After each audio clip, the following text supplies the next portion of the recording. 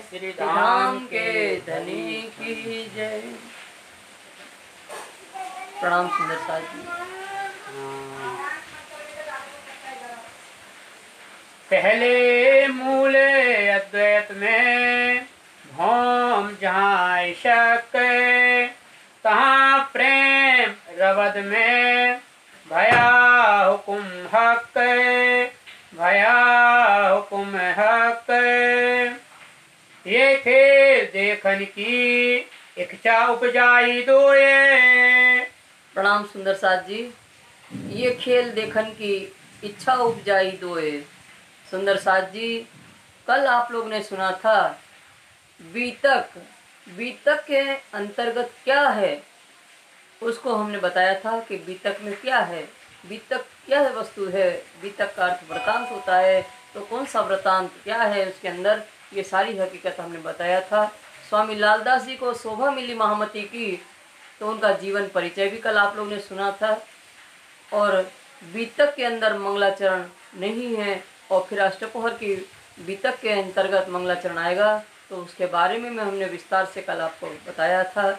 और कल फिर आपने भविष्य पुराण की साक्षी सुनी थी कि भविष्य पुराण में लिखा है, वेद व्यास जी ने रचना की है कि उसमें चारों युगों के राजाओं का वर्णन लिखा है। और चारों युगों का राजाओं का वर्णन करते हुए फिर जब कलयुग के अंदर 20वां राजा होगा, उस समय उनका शासन काल चलता हुआ 20वां राजा औरंगजेब का, तब बुद्ध और कल्कि को यहाँ आना है, भारत भूमि में उनको आना है, बुद्ध और कल्कि अवतार को। तो वो आगे अवतार होएगा बुद्ध कल्कि स्थान, जब 20वां राजा का चलता हुआ शासन काल तब होना है। तो ये शास्त्रों में और भविष्यवाणी में, शास्त्र कहे यो कर, शास्त्र में और भविष्यवाणी में भविष्यवाणी के रूप में सब जो साक्षियां लिखी हैं, तो इस प्रकार लिखी हुई हैं। ये कल बताया गया था कि बुद्ध और कल्कि को आना है, उनको शास्त्रों में भी भविष्यवाणी लिखी हुई है। तो अब हमारी बीतक सो लीजो चित धर, हमारी बीतक जो बुद्ध और कल्कि के अवतार हैं, ये अक्षरातीत की लीला के अवतार हैं, तो हमारी बीतक प्रारंभ होनी है। उसको ध्यान से सुनने की बात कल बताई गई थी। फिर बताया था कि कहाँ पहले मूल अद्वैत में भौम जहाँ शक, सबसे पहले बताया कि हमारी लीला प्रारंभ कहाँ से होनी है, जहाँ हमारी परात्म बैठी है खिलवत खाना में। अब फिर कहूँ खिल मूल मिलावे की बीतक, तो मूल मिलावा में जो हमारी परात्म बैठी है, तो वहाँ पूर्ण ब्रह्म परमात्मा ने हमारे ऊपर जो आज्ञा की थी वो बहुत महत्वपूर्ण बात है। तो कैसे आज्ञा की थी, तो भौम जहाँ शक मूल अद्वैत में, अद्वैत भूमिका में जहाँ पूर्ण ब्रह्म परमात्मा रहते हैं, तो उनके सतचिदर आनंद जो सत अंग है अक्षर ब्रह्म, उनकी लीला की जानकारी ब्रह्मांगनाओं को नहीं थी। और ब्रह्मांगनाएं जो लीला करती हैं अपने प्रियतम के साथ रंगमहल के अंदर, वो ब्रह्मानंद की लीला की पहचान उनके सतअंग अक्षर को नहीं थी। तो दोनों के अंदर स्वयं पूर्ण ब्रह्म परमात्मा ने उपजाया, उनके अंदर प्रेरणा दिया, और दोनों ने एक दूसरे की लीला को देखने की मांग किया। तो इनकी मांग को पूर्ण करने के लिए कल हमने बताया था, कारण बनाया था ईशक रवद। तो ईशक रवद कैसे हुआ वो भी कल आपने सुना है विस्तार से। अब उस हमारे ऊपर ब्रह्मांगनाओं के ऊपर जो है पूर्ण ब्रह्म परमात्मा ने हुक्म रूपी आवरण डाला, और अक्षर ब्रह्म के ऊपर इच्छा रूपी आवरण डाला। तो ये दोनों के ऊपर आवरण डालने से अक्षर ब्रह्म जो जागृत अवस्था में ब्रह्मांड बनाते थे वो स्वप्न में आ गए, वो भी स्वप्न में हमारे साथ आ गए। ब्रज के अंदर हम एक साथ आ गए। ब्रज के अंदर हमने जो लीला किया उसका वर्णन ब्रज की लीला का आज सुनेंगे। तो ब्रज के अंदर जो लीला हुई, तो ब्रज के अंदर सबसे पहले श्री कृष्ण का जन्म मथुरा के अंदर हुआ। तो मथुरा में जेल के अंदर जिन कृष्ण का जन्म हुआ वो कौन है, विष्णु भगवान का है। जन्म इनका होता है अवतार, 24 अवतार विष्णु के होते हैं। तो विष्णु भगवान ने उनके वसुदेव और देवकी के गर्भ से जन्म लेकर के फिर उनको पूरी अपनी हकीकत बताई कि आप पूर्व जन्म में प्रश्नियों सुतपा थे, और आपने तब करके मांगा था कि हमारे जैसा पुत्र हो। विष्णु भगवान से तब करके मांगा था कि आपके जैसा पुत्र हो, तो मेरे जैसा तो कोई हो नहीं सकता, इसलिए मैं ही आपके गर्भ से आ रहा हूँ। विष्णु भगवान ने ऐसा पहचान करवाई, और फिर कहा कि आपके सामने जो दो भुजा स्वरूप प्रगटेगा, उनको आप ले जा करके वसुदेव जी से कहा कि नंद बाबा के यहाँ कन्या जो उत्पन्न हुई है उनको उठा के लाना है, और ये 2 भुजा जो स्वरूप है उनको वहाँ उनके नंद घर के वहाँ पहुँचाना है। तो ये सारी हकीकत कह करके, शिक्षा दे करके, और जो 2 भुजा जो थे वो ये विष्णु भगवान जो थे वो अंतर्ध्यान हुए। फिर 2 भुजा जो स्वरूप प्रकट हुआ, वो कौन है? वो गोलोकी कृष्ण का कलेवर है। वो गोलोकी कृष्ण कहाँ? जो अव्याकृत में, अक्षर के 4 अंतःकरण के अंतर जो अव्याकृत अहंकार का स्वरूप है, अव्याकृत में जो गोलोक है, गोलोक वहां से कलेवर आया गोलोकी कृष्ण का। तो उसके अंदर जो 2 भुजा स्वरूप है, उसके अंदर वो गोलोकी कृष्ण का कलेवर आने से फिर वसुदेव जब ले जा रहे हैं नंद बाबा के यहाँ, तो कहते हैं कि वसुदेव गोकुल ले चले ताहे न कही अवतार। अवतार किसके होते हैं? विष्णु के। जन्म लेने वाले विष्णु हैं, उनके अंदर शक्ति आई गोलोकी कृष्ण की, तो अब वो बेहद का है स्वरूप, इसलिए वो अवतारी नहीं है, साधु भाई कृष्ण नहीं अवतारी। तो ये जो वसुदेव गोकुल ले चले ताहे न कही अवतार, और फिर वो नंद घर में जब प्रवेश करने लगे वसुदेव, तो 100 सूरत ले धनी को आवेश नंद घर कियो प्रवेश। नंद के घर में जब प्रवेश करने लगे तो वही जो श्री कृष्ण थे उनके अंदर परमधाम की शक्ति आई, अक्षर आत्म और परमधाम के आवेश, राजी महाराज का आवेश की शक्ति लेकर के नंद घर में प्रवेश किया। और फिर वो वहां कन्या जो प्रकट हुई थी वो जोग माया का ही स्वरूप था, उनको सिर पर लेकर के आए। तो जब श्री कृष्ण को सिर पर लेके गए थे वसुदेव, तो बेड़ियां सब खुल गई थी, और अब माया को धारण कर लिया सिर पर, तो बेड़ियां पुनः लग गई और लेकर के आ गए। अब यहाँ जो नंद बाबा के घर में श्री कृष्ण है, उनके अंदर विष्णु का तन है और गोलोकी कृष्ण का कलेवर है, और अक्षर आत्म जोश धनी धाम, ये शक्तियां इनके अंदर है। अब यहाँ जो गोपिकाएं हैं, ये गोपिकाएं ब्रजमंडल में जो है वो साधारण नहीं है, वो देवताओं ने ही गोपिका के रूप में तन धारण किए हैं। जो जितने भी देवता हैं, उन्हें सबको पता था कि बुध और कल्कि को आना है, वो अक्षरातीत की लीला के अवतार है। तो ये जो है अब इनके अंदर जो है गोपिका के अंदर देवता का जीव है, गोपिका के रूप में अवतार लिया है। उन गोपिका के अंदर पूर्ण ब्रह्म परमात्मा की जो अंगना है, ब्रह्म अंगना है, सुरता रूप में उन गोपिका के अंदर प्रवेश कर गई। और जैसे ही उनके अंदर प्रवेश किया तो उपजत ही मन आशा घनी, हम कब मिलसी अपने धनी। अंदर से तलावली उत्पन्न हुई कि हम अपने प्रियतम को कब मिलेंगे। तो नंद बाबा के घर जो श्री कृष्ण है, उनके अंदर अक्षर आत्म और जोश धनी धाम होने से वो अक्षरातीत की लीला का अवतार है, अक्षरातीत का आवेश है उनके अंदर। तो ब्रह्मंगनाएं जो है गोपिका के रूप में वो बधावा लेकर के निकली अपने घर से, गुलाल उड़ाती हुई, मंगल गीत गाती हुई नंद बाबा के घर आई और श्री कृष्ण के दर्शन उन्होंने किए।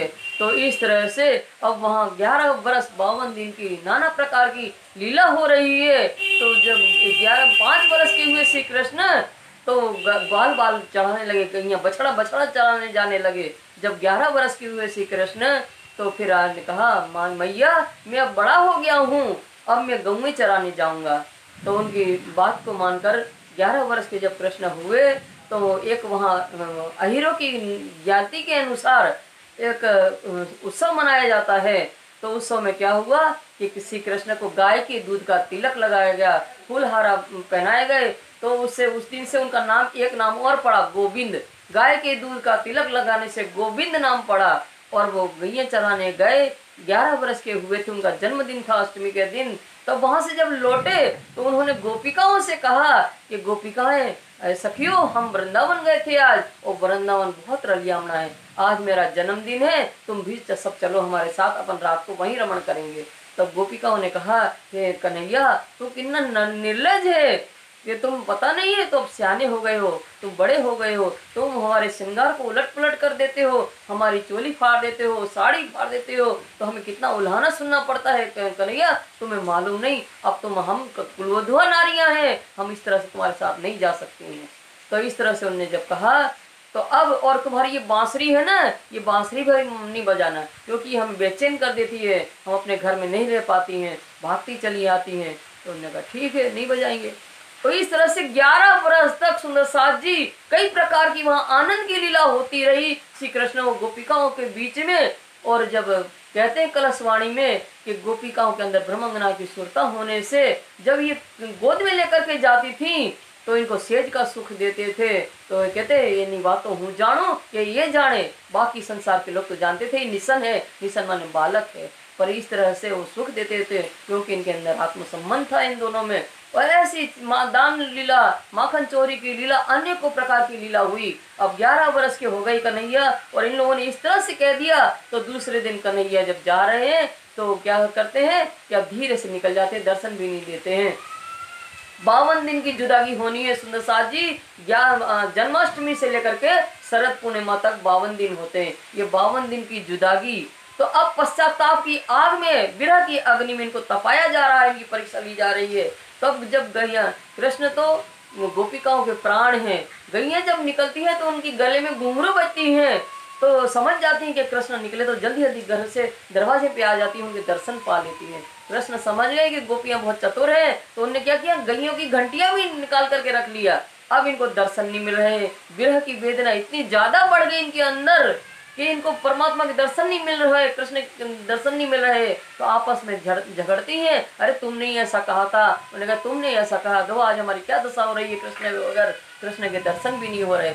जब शरद पूनम का दिन आया, 52वां दिन शरद पूर्णिमा का दिन है, उस दिन गैये चराने तो प्रतिदिन जाते हैं। उस दिन क्या कहा, शाम को जब लौट रहे हैं तो कृष्ण ने नंद बाबू उनसे कहा, कल्याण जी से, कल्याण दाऊ आप आगे आगे जाइए, हम बलदाऊ के साथ आ जाएंगे। और बलदाऊ जी से कहा कि आप आगे आगे जाइए, हम कल्याण दाऊ के साथ आ जाएंगे। इस तरह से दोनों को रवाना किया और स्वयं वहां रुक गए, और रुक करके फिर कदम के पेड़ पे चढ़ करके योग माया का ब्रह्मांड जो है, योग माया का ब्रह्मांड कहाँ, तो घर थी तीत, ब्रह्मांड थी अलगो, ये तारतम्य की दो निर्धार। घर हमारा परम धाम से भी परे और ब्रह्मांड मनी 14 लोग के ब्रह्मांड से भी परे। वो कहाँ, तो अक्षर ब्रह्म के 4 अंतःकरण है। तो सिर का भाग जो है ये मन का स्वरूप है, सत्स्वरूप, और जो हृदय का भाग है बुद्धि का स्वरूप केवल ब्रह्म है, और ये उधर का जो भाग है इसको सबलिक ब्रह्म कहते हैं, और सबलिक ब्रह्म चित्त का भाग है, और पैर का जो भाग है तो जिसको अव्याकृत कहते हैं और अहंकार का स्वरूप कहते हैं। तो इस तरह से 4 अंतःकरण है अक्षर ब्रह्म के, जिसमें बुद्धि का स्वरूप जो है वो केवल ब्रह्म है, और केवल ब्रह्म के अंतर्गत ही योग माया, जो उनकी आनंदकारी योग माया है, उनके हृदय में ये अखंड रास हुआ। वहां जा करके योग माया रचित ब्रह्मांड बनाया, और वहां जाके बांसुरी बजाई, बांसुरी बजाई, क्योंकि ये ब्रह्मांड कल्पांत होने को था। ब्रह्मा जी का एक दिन होता है तो ब्रह्मांड कल्पांत हो जाता है, कल्पांत होने को था। तो ब्रह्म और ब्रह्मांगनाएं जो है कभी प्रलय में नहीं आती हैं। तो वहां जाके बांसुरी बजाई तो सारे ब्रह्मांड ने उस बांसुरी को सुना, पर सबने सोचा कि कोई मधुर बांसुरी बज रही है, और ब्रह्मांगना को लगा कि मेरे नाम ले लेके पुकार रहे हैं कृष्ण, ऐसा भाव आया। सुंदर साथ जी, इनको ऐसा क्यों लगा कि मेरे नाम ले लेके पुकार रहे हैं, तो रास लीला के अंदर इस बांसुरी का वर्णन किया गया है कि वेण तनी विगत कहूं तमने, कोरे कांगरी जड़ाओ, मोहवड़ नीलो मध्य लाल, छेड़े आसमानी रंग सुहाए। सुंदर साथ जी, ये बांसुरी में जो कल रंग बताए हैं ये रंग नहीं है, इसमें गहराई छिपी हुई है। मोहवड़ नीलो जहाँ मुख लगाना है, नीलो माने इसको गुजराती में हरा कलर कहते हैं, लीलो हरा कलर कहते हैं। तो हरा कलर क्या है, परम धाम में जो 8 सागर है, जिसमें दधी सागर जो है, दधी सागर का रंग हरा है, और वो काय का है, वो श्रृंगार का सागर है। और मध्य में जो लाल है तो परम धाम में जो नीर सागर है, रूहों की मुखारविंद का सागर है, मुखारविंद की शोभा का सागर है, उसका रंग लाल है। और छेड़े आसमानी, जहाँ से स्वर निकलना है वहाँ आसमानी रंग, आसमानी रंग किस बात का सूचक है, तो रंग महल के वायु कोण में जो है घृत सागर है, उस घृत सागर का रंग आसमानी है। और घृत सागर किसका है, इश्क का सागर है। तो जहाँ से स्वर निकल रहा है वो क्या निकला, इश्क निकला। तो मोहड़ नीलो मतलब हरा कलर, दधी का सागर का रंग श्रृंगार का सागर है। तो ब्रह्मंगनाओं ने श्रृंगार सजे, जो लाल रंग के उनके मुखारविंद की शोभा है, युवतियां हैं, किशोरियां हैं, उनके मुख ललामी से युक्त है। ऐसी ब्रह्मंगनाओं ने, ऐसी सखियों ने ब्रह के श्रृंगार सजे, और श्रृंगार सज के जो इश्क निकला था वो इश्क प्राप्त करके वो भगी। इश्क उनको अपने अपने नाम सुनाई दिए। तो इश्क जब उनको प्राप्त हुआ तो इतनी तलाविली उत्पन्न हुई उनके अंदर, तो तामसी सखियां तो वैसे ही भगी, जो जैसा काम कर रही थी उस कार्य को वैसे ही छोड़ करके वैसे ही भगी। कोई ससुर को भोजन खिला रही थी तो उनकी थाली में पैर रख करके भगी, पति को नहला रही थी लोटा ऐसे पटका और भगी, बच्चे को दूध पिला रही थी तो बच्चे को ऐसे पटक के भगी। ऐसा जो भी कार्य कर रही थी वैसी अवस्था में उठ करके भाग गई। और जो राशि सखियां थी तो उनने सोचा इतने दिन के बाद प्रियतम से मिलना है तो कुछ श्रृंगार तो कर ले। तो उल्टे सीधे श्रृंगार, उनकी चित्त तो पहले ही वहां चले गए थे। उल्टे एक आंख है अंजन करियो, बिजू रही है हमने। तो वो एक आंख में अंजन किया, दूसरे ऐसे ही रहा। हाँ, पाँव के भूषण गले में पहन लिए, गले के पैरे में पहन लिए, उल्टे सीधे श्रृंगार सबके, और राशि सखियां भी पहुंच गई। और स्वातसी सखियां जो आराम फरामोश होती हैं, उन्हें निकलने में थोड़ा विलम्ब हो गया। तो ग्वाल वालों ने देखा ये सब भागी जा रही हैं, तो उन्होंने दरवाजे बंद कर दिए। स्वासी सखियां निकल नहीं पाई। तो विरह तो था ही प्रियतम से बिछोड़ने का, तो और न जाने देने के कारण इनके अंदर तामस एक साथ हो गया। तो विरह तामस भेलो थयो, तो अंगड़ा थया पतन। तो अंग जो थे पतन हो गए, मैंने उनको शरीर को परित्याग करके आत्मा स्वरूप से वहां मिली। और उधर श्री कृष्ण ने जो योग माया रचित ब्रह्मांड जो वहां बनाया था केवल धाम के अंदर, वो इतना सुंदर था, मुंह उत्पन्न हुआ कि मैं सखियों के बगैर नहीं रह सकता हूँ। तो योग माया को आदेश दिया, जाओ योग माया इन सखियों को लेकर के आओ, क्योंकि उनको पता था कि ब्रह्मांड प्रलय होने वाला है। लेकर के आओ। योग माया वहां से लेने की निकली, और इतने में इतनी अधूरता आई श्री कृष्ण के अंदर, और वो उनने बांसुरी उठा करके बांसुरी बजा दिए, और सखियां ऐसी भागी। मार्ग में मिली योग माया को सखियां, तो मार्ग में ही योग माया के तन धारण करवाए उन्हें, क्योंकि काल माया के तन अखंड में नहीं जा सकते, योग माया के ब्रह्मांड में नहीं जा सकते हैं। इसलिए यहाँ उन्होंने योग माया के तन धारण करवा करके, और फिर जैसे ही सखियां वहां पहुंची नित्य वृंदावन में, योग माया के ब्रह्मांड में पहुंची, तो उथला के वचन कहे। उथला माने पलटवार। जो जन्माष्टमी के दिन हमने कहा था कि हम कुलुधा नारियां हैं, तुम कितने निर्लज हो, हम तुम्हारे साथ नहीं आ सकते, उन वचनों की याद दिला रहे हैं श्री कृष्ण। वो कहा कि ब्रज में सब कुशल तो है ना, जबकि उनको पता था कि ब्रजमंडल सब प्रलय में आ गया है, फिर भी कहते हैं ब्रज में सब कुशल तो है ना, देख लिया वृंदावन कितना सुंदर है, अब जाओ अपने घर वापस लौट जाओ। तो उनने कहा सखियों ने कि हमें तो रंग भर रमवा आ गया, हे धनी, हम तो आपके साथ खेलने के लिए, प्रेम से आनंद करने के लिए आए हैं, और आप हम घर जाने के लिए कह रही हैं। तो कितनी सखियां मूर्छित होकर के गिर पई इनकी बातों से सुन करके। फिर श्री कृष्ण कहते हैं कि वेदों और पुराण में लिखा है, जो कुलवंतियां नारी होती हैं, तो उनका पति कैसा भी हो, आंधला हो, लुल्ला हो, अपाहिज हो, कोड़ी हो, और मूर्ख हो, जड़ होवे, पर फिर भी भवरोगी हो जन्म का, तो भी उसको नहीं छोड़ती। जो कुलवंतियां नारी होती हैं, वो अपने पति को नहीं छोड़ती, कितना भी अवगुण हो उनके अंदर। तब फिर इंद्रावती ने कहा कि आपने वेद मर्यादा पुराणों की मर्यादा की बात करके बता रहे हो, हम बताते हैं। आप कहना, आपने कहा अवगुण पति न मुकिए, तो गुणवान धनी हम कैसे मुके, हमने तो आपको ही आप आत्मा के पति समझा है, हम आपको कैसे छोड़े। इस तरह से उन्होंने श्री कृष्ण ने देखा कि इनके हृदय में इन्हें अपने बच्चों की याद दिलाई। श्री कृष्ण ने, जाओ तुम्हारे बच्चे रोते होंगे, तुम्हारे ससुर वगैरह पति वगैरह राह देखते होंगे, तुम वापस जाओ। इस तरह से रात्रि के समय नारी घर से नहीं निकलती है तो नाथ प्रजात में निंदा होती है इनकी, तो इसलिए कुलवंती नारियों को इस तरह से नहीं निकलना चाहिए। तो इस तरह से सब पूरी याद दिला रहे हैं। फिर भी गोपिकाएं जो है परीक्षा में पास हो गई, उनको माया का मोह जो है जरा मात्र भी नहीं सताया, कोई भी इन्हें न बच्चे न परिवार न कुछ भी याद नहीं आया। तब इनने फिर वृंदावन दिखाड़ी, बालाजी ने उनको उठाया, और फिर इन्हें देखा कि इनके अंदर माया का प्रभाव नहीं है। तो वृंदावन की शोभा जो है, जीवन सखी वृंदावन जोइए ते रंग पार, आम्बो आम्बुल ने असो पालव, अंजीर ने अखोड़, ये वृंदावन की शोभा को बताते हुए फिर रास की रामते प्रारंभ हो रही है। सुंदर साथ जी, रास की रामते करते करते आंबा की रामत, उड़न खाटला की रामत, घुमड़ले की न रामत, खुदड़ी की रामत, कोणिया की रामत करते करते जब एक पोहर रात्रि व्यतीत हो गई सुंदर साथ जी, तब फिर सखियों ने अंदर गुमान बढ़ने लगा। क्योंकि रामते खेलते खेलते क्या हुआ कि इनके श्रृंगार जो उलट पुलट हो जाते थे, तो बालाजी संभाल देते थे। तो उन्हें गुमान अंदर आता कि बालाजी हमें कितना प्रेम करते हैं। तो गुमान जैसे जैसे बढ़ा, तो कहते हैं बालाजी तुम्हें निरत करो। जब एक पोहर रात्रि हो गई, तो कहती है सखियां, हे बालाजी आप निरत करके हमें दिखाओ। तो बालाजी कहते हैं कि निरत रूढ़ी था नार, अच्छी प्रकार से तो औरतें ही खेल सकती हैं, नृत्य कर सकती हैं, ये हमारा काम नहीं है। तो फिर सखियां कहती हैं बालाजी आप कला करके बताओ, आप नृत्य करके बताओ, एक्शन करके बताओ, वैसा हम लोग नाचेंगे। तो बालाजी को नचवाने की भी सोच लिया। जब बालाजी ने देखा कि इनके अंदर अहंकार बढ़ रहा है, और अहंकार बढ़ाने के लिए उन्होंने श्यामा जी को सब 12 जन्म से खींच करके अलग से ले गए। तो श्यामा जी के मन में और अहंकार आ गया कि बालाजी हमें कितना प्रेम करते हैं, कि हमें सबके बीच में से निकाल करके ले गए। तो उन्होंने कहा बालाजी हमसे चला नहीं जा रहा है, तो हमें अपने कंधे पर बिठा लो।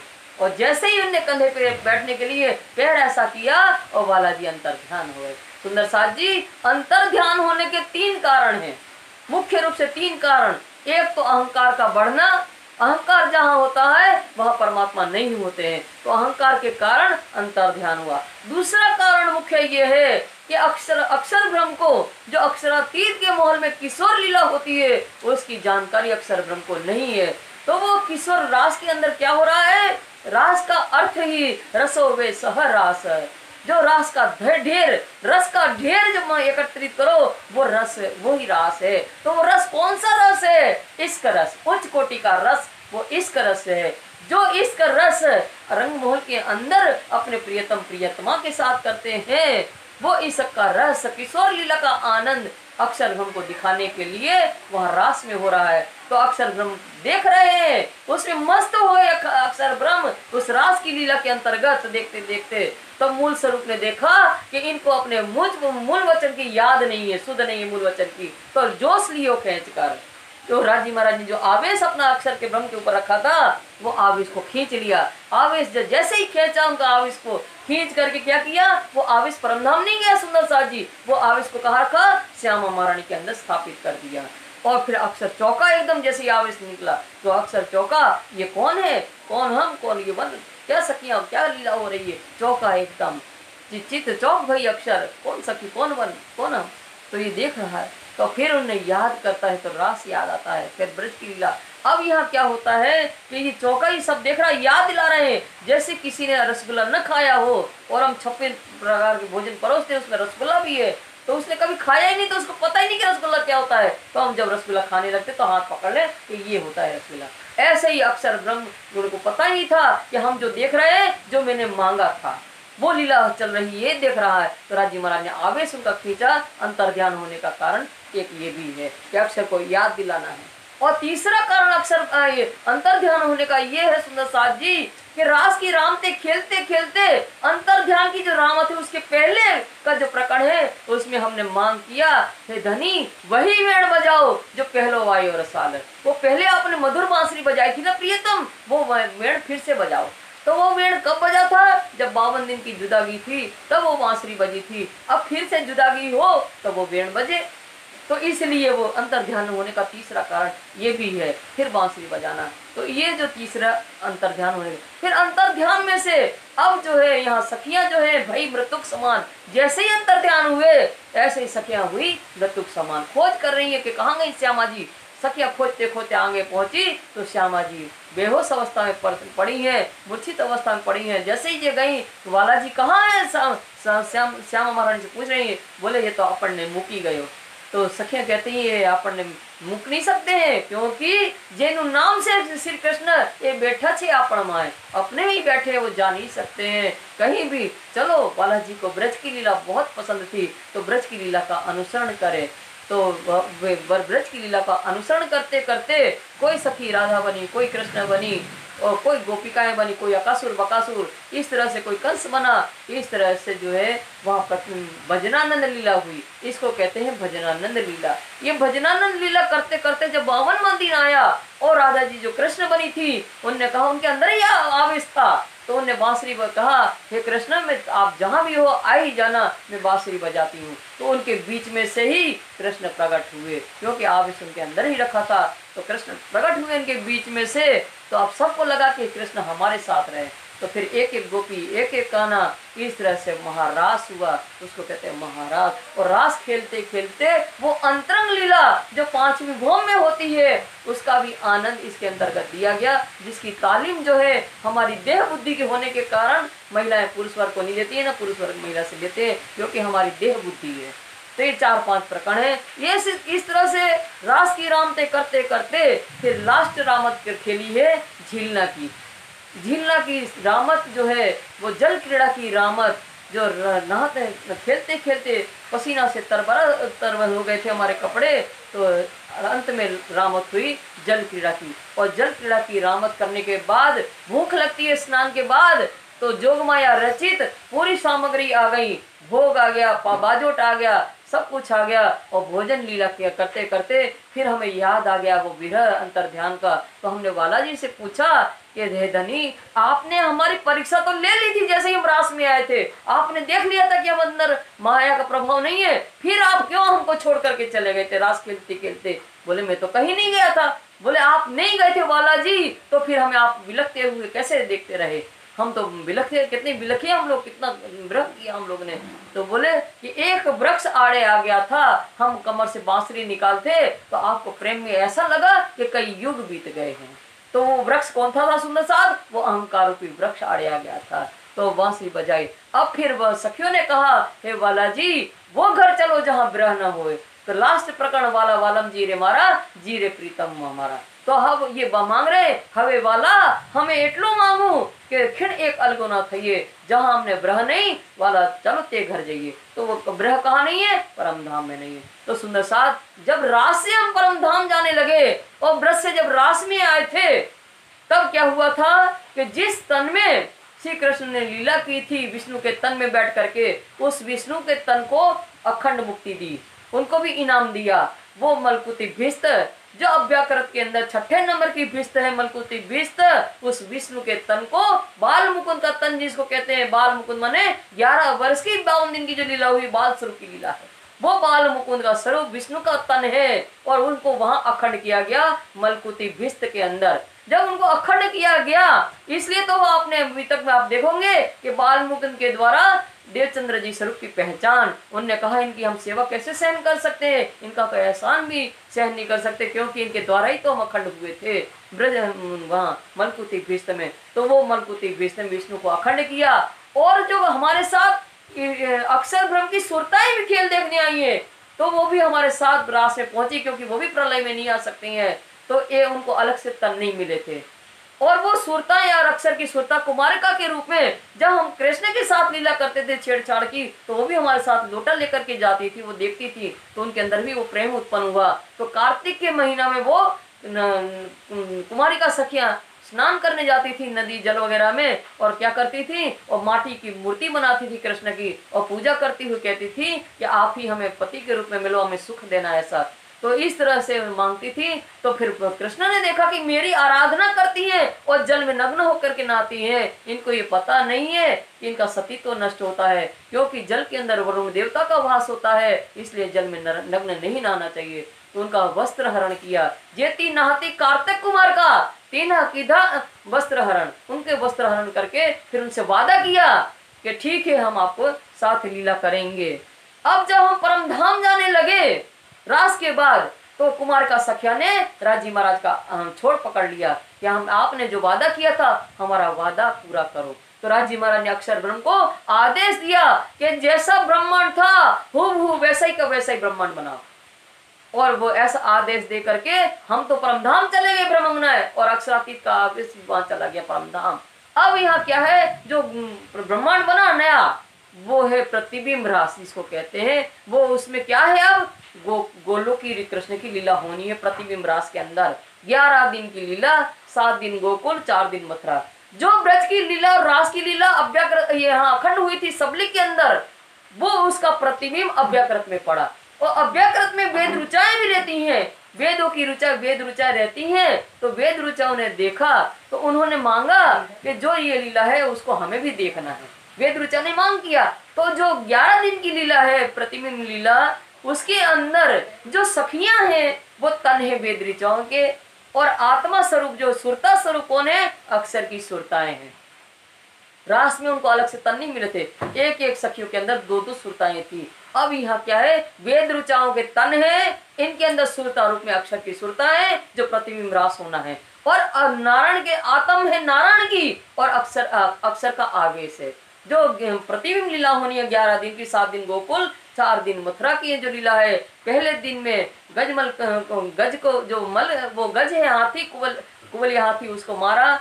और दूसरे दिन चाणुक और मस्टिक जो मल थे उनको पछाड़ा। तीसरे दिन जो है कंस को मार करके, चौथे दिन उग्रसेन को टीका दिया। ये 4 दिन की लीला और 7 दिन गोकुल की लीला करके कौन है इसमें अंदर, गोलोकी कृष्ण है। और इसके अंदर मतलब आत्मा अक्षर है, अक्षर का आवेश है, वो गोपिकाओं में कौन है? वेद ऋचा के तन है और सुरता रूप में अक्षर की सुरता है।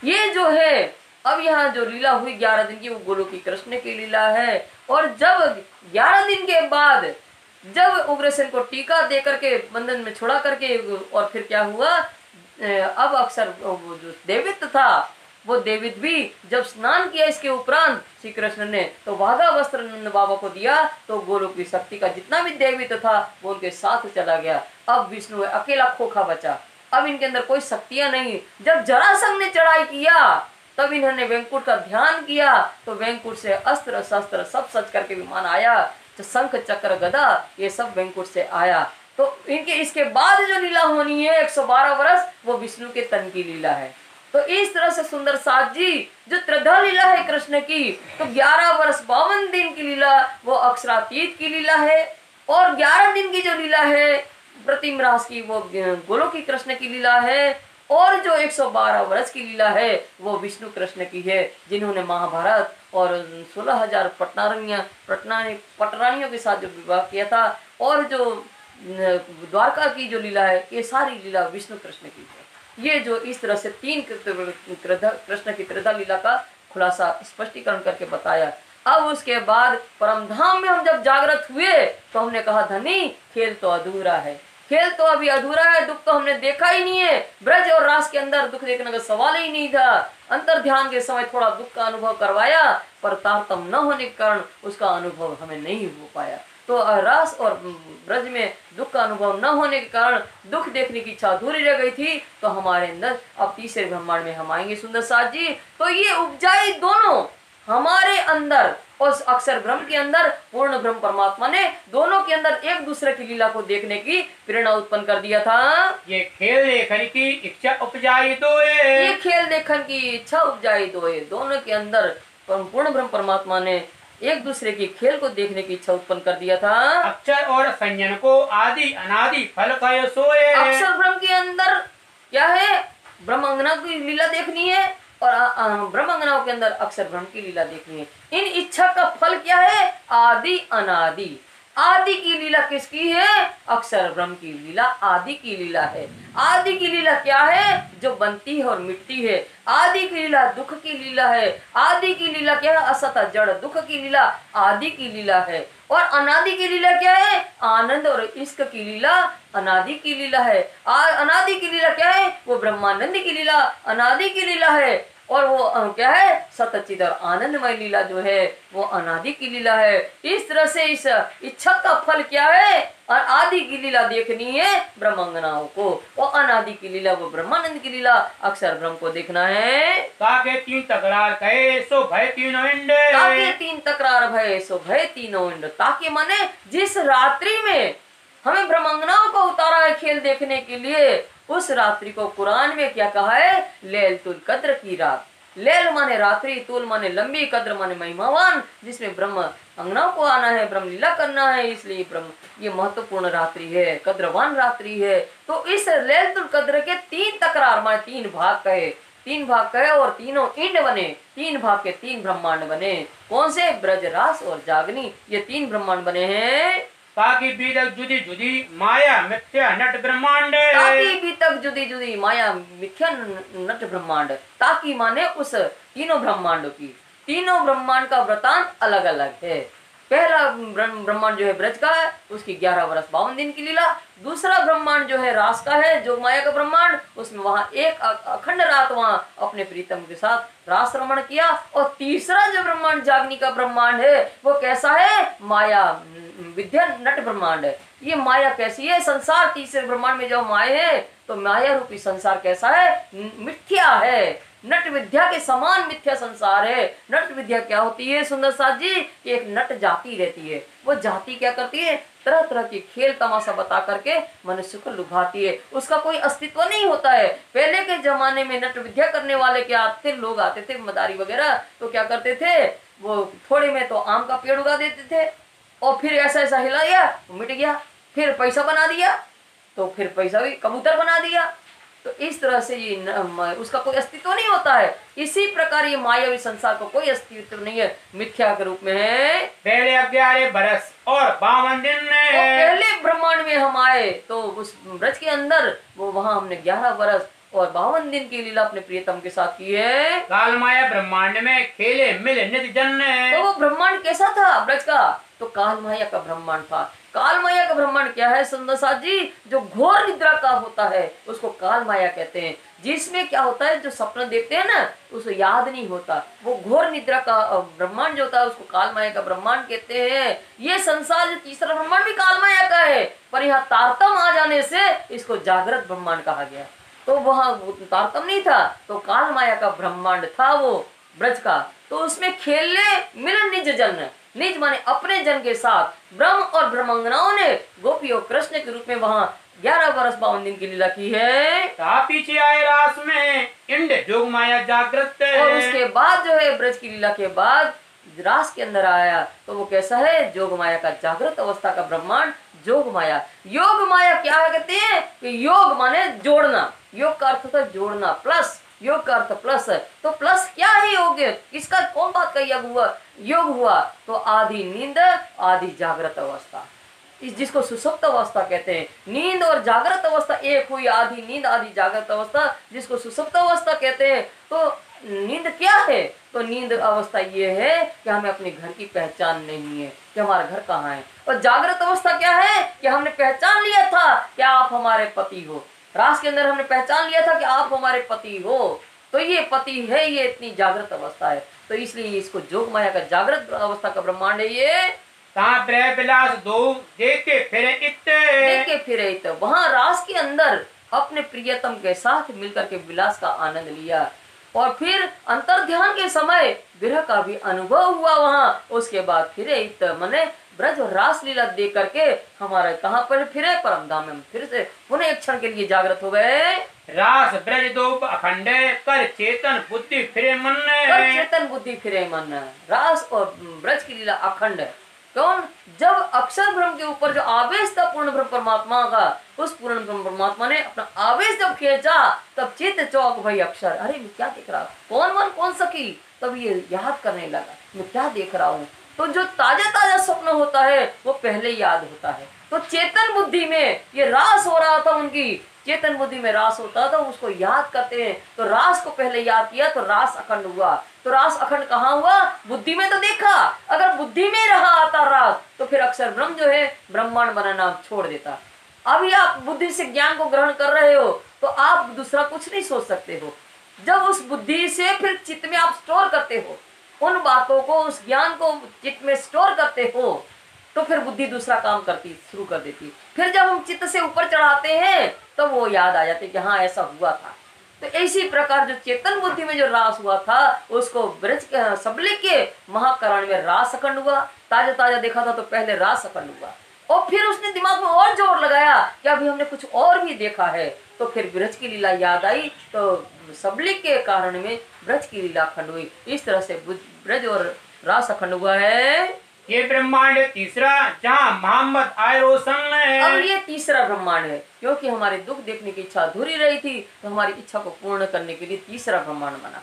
इस तीसरे ब्रह्मांड के अंतर्गत मोहम्मद साहब जो है इन्होंने रोशन माने ज्ञान का प्रकाश, शरीर के ज्ञान का प्रकाश फैलाया। सुंदर साथ जी, मोहम्मद विशेषण है, मोहम्मद नाम नहीं है। तीनों सूरतें मोहम्मद की है। मोहम्मद नहीं, हम तुम्हारी सिफत, जिनकी सिफत का वर्णन न हो सके वो मोहम्मद है। हम रोज मेहर सागर में पढ़ते हैं तीनों सूरतें मोहम्मद की। कौन तीनों सूरतें? बसरी मल की हक की तीनों सूरतें मोहम्मद की है। ये तीनों शक्ति इनके अंदर पूर्ण ब्रह्म परमात्मा की शक्ति होने से इनकी सिफत का वर्णन नहीं हो सकता है। सुंदर साथ जी, ये मोहम्मद साहब के तन का नाम, बसरी मोहम्मद के तन का नाम मुस्तफा बेग है। मलकी मोहम्मद के तन का नाम देवचंद्र है। हकी मोहम्मद के तन का नाम मेहराज ठाकुर है। तो ये तीनों सूरतें मोहम्मद की है। और सुंदर साथ जी, ये मोहम्मद का जब जन्म हुआ ना तो ये जन्म इनके माता पिता के संपर्क से नहीं हुआ है। ये मोहम्मद कैसे हुए, मोहम्मद का मुस्तफा के जन्म कैसे हुआ है, तो हम आपको बताते हैं कि खुदा परवरदिगार ने देखा कि रूह ब्रह्मांगनाओं को संसार में हमें भेजना है और इस संसार में क्या है, पशु व्रत जीवन है। तो इसको पशुव्रत जीवन को मिटाने के लिए, ज्ञान देने के लिए कोई ऐसी उच्च आत्मा को हम भेजें, उसके ऊपर ज्ञान दे हम। तो वो आत्मा कौन है? तो देखा तो यहाँ अब्दुल्ला पांडे और माता यमुना को देखा कि पवित्र आत्मा है। तो वहां हमने अपने फिरस्तों को आदेश दिया कि बीच में एक नूरी फल है, ये फल लेकर जाओ। फिरस्तों को आदेश दिया ये फल जाकर के माता यमुना को खिला दो। तो फिर वो 4 फिरस्ते जो थे, अजाजिल, इजराइल, मैकाइल और जिब्राइल, ये 4 फिरस्ते मनुष्य के रूप में संसार में आए और माता यमुना को अब्दुल्ला के घर गए और उनका माता यमुना को वो फल दिया। और फल खा लेने से, उस फल को खाया माता यमुना ने, तो उनको हमल रह गया। हमल माने गर्भ रह गया। तो ये जो मोहम्मद साहब की जो उत्पत्ति है मुस्तफा बेग की, तो माता पिता के संपर्क से नहीं है, वो नूरी फल खाने से, इसलिए परमात्मा का ही अंश है, इसलिए उनको मोहम्मद की संज्ञा दी गई। तो ऐसे पवित्र मोहम्मद का जब जन्म हुआ मुस्तफा बेग का, तो 7 दिन के हुए तो इनकी माता धाम चल गई। 7 महीना के हुए तो इनके पिता का धाम गमन हो गया। फिर जब 7 महीने इनकी जो दाई थी हलीमा, वो हलीमा अपने घर ले गई इनको। हलीमा घर ले गई तो इन्हें पालन पोषण किया। तो 7 वर्ष की जब हुए मोहम्मद साहब, तो हलीमा जो दाई थी वो भी मर गई। और उसके बाद जो ये यतीमी और गरीबी में पले, अपने नाना मामा के यहाँ भेड़ बकरियां चराया करते थे। पर इनके अंदर परमात्मा का अंश होने के कारण ये न्याय बहुत अच्छा करते थे। और ये जब चलते थे तो इनके ऊपर बदलियां छाया करती थी। इस तरह से इनका जीवन पवित्र आत्मा होने से जब 40 वर्ष की उम्र हुई, तो जबराइल जोश का फिरस्ता आया, इनकी रूह को लेकर के परम धाम गए और परमात्मा से, परवरदिगार से रूबरू होकर के 90,000 हर्फ सुने और उनको आदेश दिया कि 30,000 जो है हकीकत के छिपा करके रखना और 30,000 जो शरीयत के इसको जाहिर करना है और 30,000 मार्फत के मैं स्वयं आऊंगा तब खोलूंगा। तो वो वहां से आए तो उन्होंने क्या किया, ये हकीकत शरीयत का जो ज्ञान था वो उसका ज्ञान की रोशनी को जाहिर किया है। रासलीला खेल के आए बराबर श्याम। रासलीला वो मोहम्मद जो कौन है, तो बताया रासलीला खेल के आए बराबर श्याम। रासलीला के अंदर जो कृष्ण खेला था, कौन सा? अक्षर आत्म जोश धनी नाम, वही शक्ति श्री कृष्ण के अंदर, वही श्री कृष्ण श्याम के रूप में जो है वो मोहम्मद के रूप में अरब में प्रकट हुए हैं। सब जाहिर करी चला मार्ग इनसे। तो वहाँ अरब देश में जाकर के सारी बात जाहिर करी, चला मार्ग इनसे। तो कौन सी बात जाहिर किया? जो शरीयत का ज्ञान था कि कैसे जो पशुव्रत जीवन था अरब के अंदर, तो शरीयत का ज्ञान जो परमात्मा ने दिया था, आदेश दिया था, इसको जाहिर करना है कि कैसे रोजा रहना रमजान के महीना में, कैसे 5 बार नमाज पढ़नी है, कैसे जकात देना है, कैसे जियारत करना है और तौहीद का कलमा ही परमात्मा की आराधना करना है। ये सब जो है उन्होंने ये बात कुरान के अंदर शरीयत का ज्ञान था उसको जाहिर किया। चला मार्ग इनसे, मार्ग माने धर्म पंथ है। तो कौन सा? इस्लाम धर्म की स्थापना इनने की है। तो इस्लाम धर्म की स्थापना कैसे हुई वो भी हम बताते हैं, उसको ध्यान से सुनिए सुंदर साहब जी। तो मोहम्मद साहब जो है ये वहां से मेरा से आए, वहां से ज्ञान लेकर के आए थे। तो उन्होंने क्या किया, वहां एकत्रित करके लोगों को बताना शुरू किया। तो इनकी ज्ञान चर्चा जो सुन करके लोगों को अच्छा लगता था। पर ये गरीबी और यतीमी से पले हुए थे, भेड़ बकरियां चराने हुए। तो लोग जो थे कहते अरे तुम गड़ेरिया क्या ज्ञान सुनने जाते हो, वहाँ गड़ेरिया से ज्ञान लेते हो। तो कई लोग कहते अरे देखो मैं तो मूर्ति यहाँ हाथ में खुदवाए हैं, तो उसी को देखते रहते, वो तो ऐसे बैठ जाते हैं वहाँ, फुर्सत रहते तो दे। तो मोहम्मद साहब ने कहा अब परवरदिगार से, हे परवरदिगार ये तेरी उम्मत मानती नहीं है, मेरे सामने आती तो कुछ है और बाहर जाती तो कुछ है। तो गैप से आवाज आई कि मोहम्मद जो सजा इब्राहिम को लागू हुई थी वो सजा इनके इस कौम के ऊपर लागू कर दो। तो इब्राहिम पर कौन सी सजा लागू हुई थी? तो इब्राहिम खुदा का पैगंबर है, खुदा का बली है, पैगंबर है। तो जो इब्राहिम की निकाह होने लगा, निब्रुत पातशाह की 2 बेटियां थी, निब्रुत पातशाह की 2 बेटियां थी, एक हाजरा एक सायरा। तो हाजरा से इनकी शादी हुई निब्रुत इब्राहिम पैगंबर से। हाजरा की जब शादी हुई तो उन्होंने कहा मांगो क्या चाहती हो तुम। उनके यहाँ मेहर देना पड़ता है, निकाह जब होती है ना तो देते हैं। तो क्या चाहिए? तो बोले हमें कुछ नहीं चाहिए आपसे, आप तो खुदा के पैगंबर, पर इतनी चाहिए हमें कि हम मुसलमान में एक शोहर के कई बीवियां होती हैं, पर हम आपसे इतना ही मांगते हैं कि आप मेरे रहते हुए किसी भी बीवी का ख्याल भी मन में नहीं लाना, और कोई और दूसरी औरत का आप जिस अंग को छुओगे वो अंग काट दिए जाएंगे आपके। तो ने ठीक है कबूल कर लिया इब्राहिम ने। अब क्या हुआ, एक दिन इनका जीवन अच्छे से चल रहा था। एक दिन एक बार क्या हुआ, ये जंगल में भ्रमण करने गए इब्राहिम और रास्ता भूल गए। भटक गए तो दूर एक जो देखा उन्हें दिया टिमटिमा रहा है, वहां चले गए। तो वहां हाजरा की हमशक्ल बहन सायरा वहां रह रही थी, वहां गए, रात रुके और रात रुक करके उनने सायरा के साथ बदखेली किया इब्राहिम ने। अब घर आए वापस तो अपनी बीवी को सब कुछ बता दिए सच। तो उन्होंने कहा कि अब नियम शर्त के अनुसार आपके सारे अंग काट दिए जाएंगे, जो जो अंग आपने छुआ होगा काट दिया, कौन सा अंग नहीं छुआ वो तो सब अंग छुए तो काट दिए। ये बात दरबार में पहुंची तो दरबार ने कहा, दरबार में लोगों ने कहा कि इस तरह से तो इब्राहिम के सारे अंग काट दिए जाएंगे तो इब्राहिम पैगंबर मर जाएंगे, तो ये बीच का रास्ता निकालो। तो बीच का रास्ता क्या निकाला, तो मुसलमान भाई जो चुम्बन लिया है तो दाढ़ी उनकी अलग विचित्र टाइप की रहती है, तो इस तरह से वो उनकी इतनी कटिंग हो जाती है। और जो छाती स्पर्श हुई है तो उनकी जो कुर्ती होती है वो ऐसी कटी होती है, तो उसमें कस बांधी होती है तो वो सीधी होती है। हाथ स्पर्श किया तो हाथ की कुर्ती के बाहें की इतने काट दिए जाते हैं। फिर उनकी सुथनी की भी कटी रहती है। और इंद्रिय को क्या करते हैं, वो सुन्नत करवाते हैं। तो इस तरह से सुन्नत करवाते हैं इंद्रिय की। तो एक कौम मुसलमान कौम अलग हो गई और हिंदुओं की कौम अलग हो गई। तो इस तरह से इस्लाम धर्म की स्थापना इस तरह से मोहम्मद साहब ने की है। 6 दिन कुरान में वाक़े भय जब, 6 दिन कुरान में वाक़े भय जब। स्वामी लालदास जी कहते हैं कुरान के अंदर 6 दिन में घटित होने वाली लीलाओं का वर्णन लिखा हुआ है। 7 दिन की हकीकत सारी छिप गई तब। तो उस 6 दिनों की लीला जो है वह सीधा सीधा स्पष्ट नहीं किया है, छिप माने गुप्त रूप से संकेतों में कहा गया है। काम एक दिन ब्रज में, दूसरे दिन रास है। तो उस कुरान में वर्णन है कि पहला दिन कौन सा है, ब्रज का है। 11 वर्ष 52 दिन की लीला हुई। पर कुरान में कैसे लिखा है, तो हुद नबी के घर की लीला। हुद कौन है, नंद बाबा को हुद कहते हैं कुरान के अंदर। तो हुद नबी के घर की लीला माने ब्रज की लीला है, नंद बाबा के घर की। और दूसरे दिन की लीला के बारे में क्या लिखा है, जो रास की लीला है उसके लिए क्या लिखा है दूसरे दिन की लीला। तो दूसरे दिन की लीला में ये लिखा है कि नूह नबी ने किश्ती बनाई और उस किश्ती में 40 जोड़े बिठाए और उस किश्ती को वृंदावन बाग में उतारा गया। तो उसका अर्थ क्या है, वो तो जाहिरी अर्थ लेते हैं। तो वो 40 जोड़ा क्या बिठाते हैं, एक मुर्गा एक मुर्गी, एक गाय एक मतलब बैल, एक बकरा एक बकरी, ऐसा 40 जोड़ा उन्हें, एक मनुष्य एक नारी को, ऐसे 40 जोड़ा बिठाते हैं वो लोग इसका अर्थ ऐसा करते हैं। पर इसमें क्या है कि जो नूह नबी की किश्ती, जो कृष्ण ने किश्ती बनाई, जो माया रूपी नाव बनाई, और उस नाव में 40 जूथ बैठारा, 40 जूथ माने 300 सखी का एक जूथ है।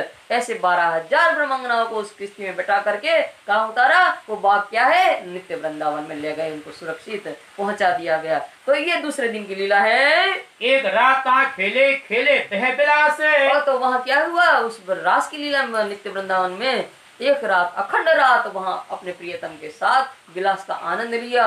और फिर उसके बाद अंतर्ध्यान के बाद दुख का भी, विरह का भी अनुभव किया है। मनोरथ पीछे रहे तब तीसरे वयोवृंदे। तो हमारे दुख देखने की इच्छा अधूरी रह गई ब्रज और रास के अंदर। तो ये तीसरा ब्रह्मांड हमारे लिए तो बनाया गया है। तामे आए परा रब्बे आमर फैलाया ब्रह्मांड। उस तामे माने उसी तीसरे ब्रह्मांड के अंतर्गत अरब देश में आए। कौन, वो रास खेल के आए बराबर श्याम। वो रास खेलने वाला जो स्वरूप था, अक्षर आत्म जोश धनिधाम, कृष्ण के रूप, कृष्ण जो है मोहम्मद के रूप में अरब देश में आए और आमर खिलाया ब्रह्मांड। आमर माने, आमर का अर्थ होता है हुकूमत, आदेश। तो पूर्ण ब्रह्म परमात्मा ने जो आदेश दिया था कि 30,000 शरीयत के जाहिर करना, वो 30,000 जो शरीयत का ज्ञान था वो उन्होंने ब्रह्मांड में फैला दिया।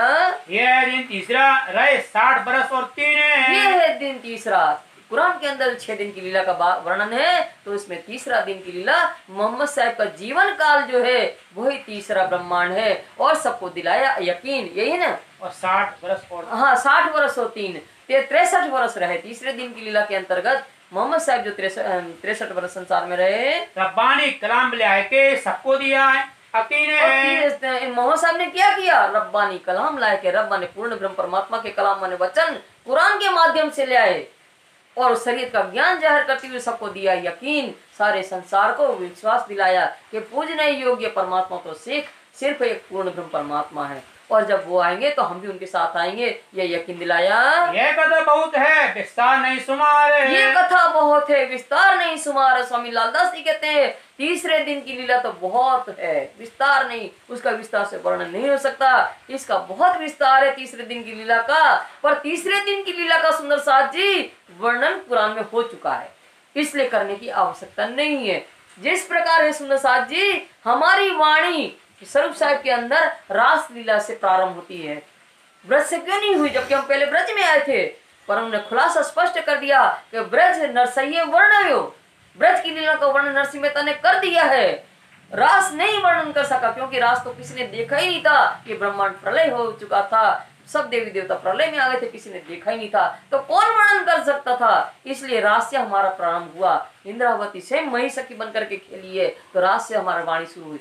इसी प्रकार सुंदर साथ जी तीसरे दिन की लीला का वर्णन कुरान में हो चुका है, इसलिए करने की जरूरत नहीं है। पर ये चौथे दिन की संज्ञा करो विचार है। पर ये चौथे दिन की लीला है। चौथे दिन की लीला कौन सी है? सदगुरु देवचंद्र जी संसार में अवतरण हुए थे। चौथे दिन की लीला के अंदर श्यामा महारानी के साथ 12,000 ब्रह्मंगनाएं संसार में अवतरित हुई है। इसलिए सुंदर साथ जी ये हमारी लीला है, चौथे दिन की लीला।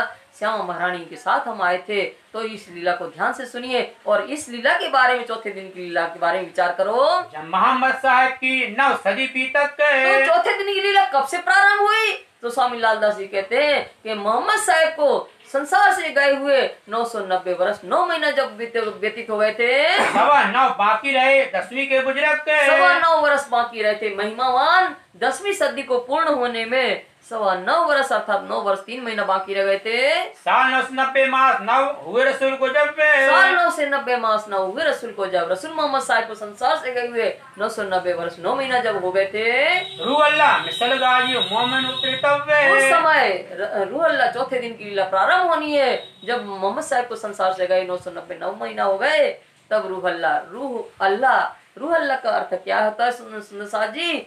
अमान अल्लाह का अर्थ है अमाने नहीं, लहा माने प्राप्त करना, और रूह का अर्थ है आत्मा।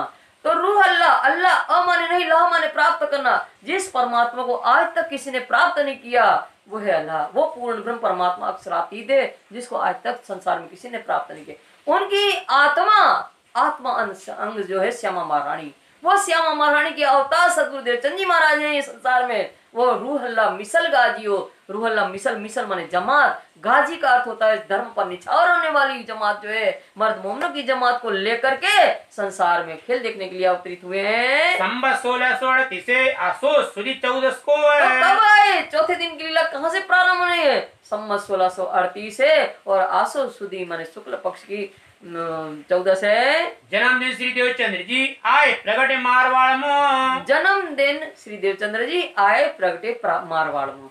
जन्म जीव का होता है सुंदर साथ जी, तो देवचंद्र का जन्म हुआ है। जीव किसका है?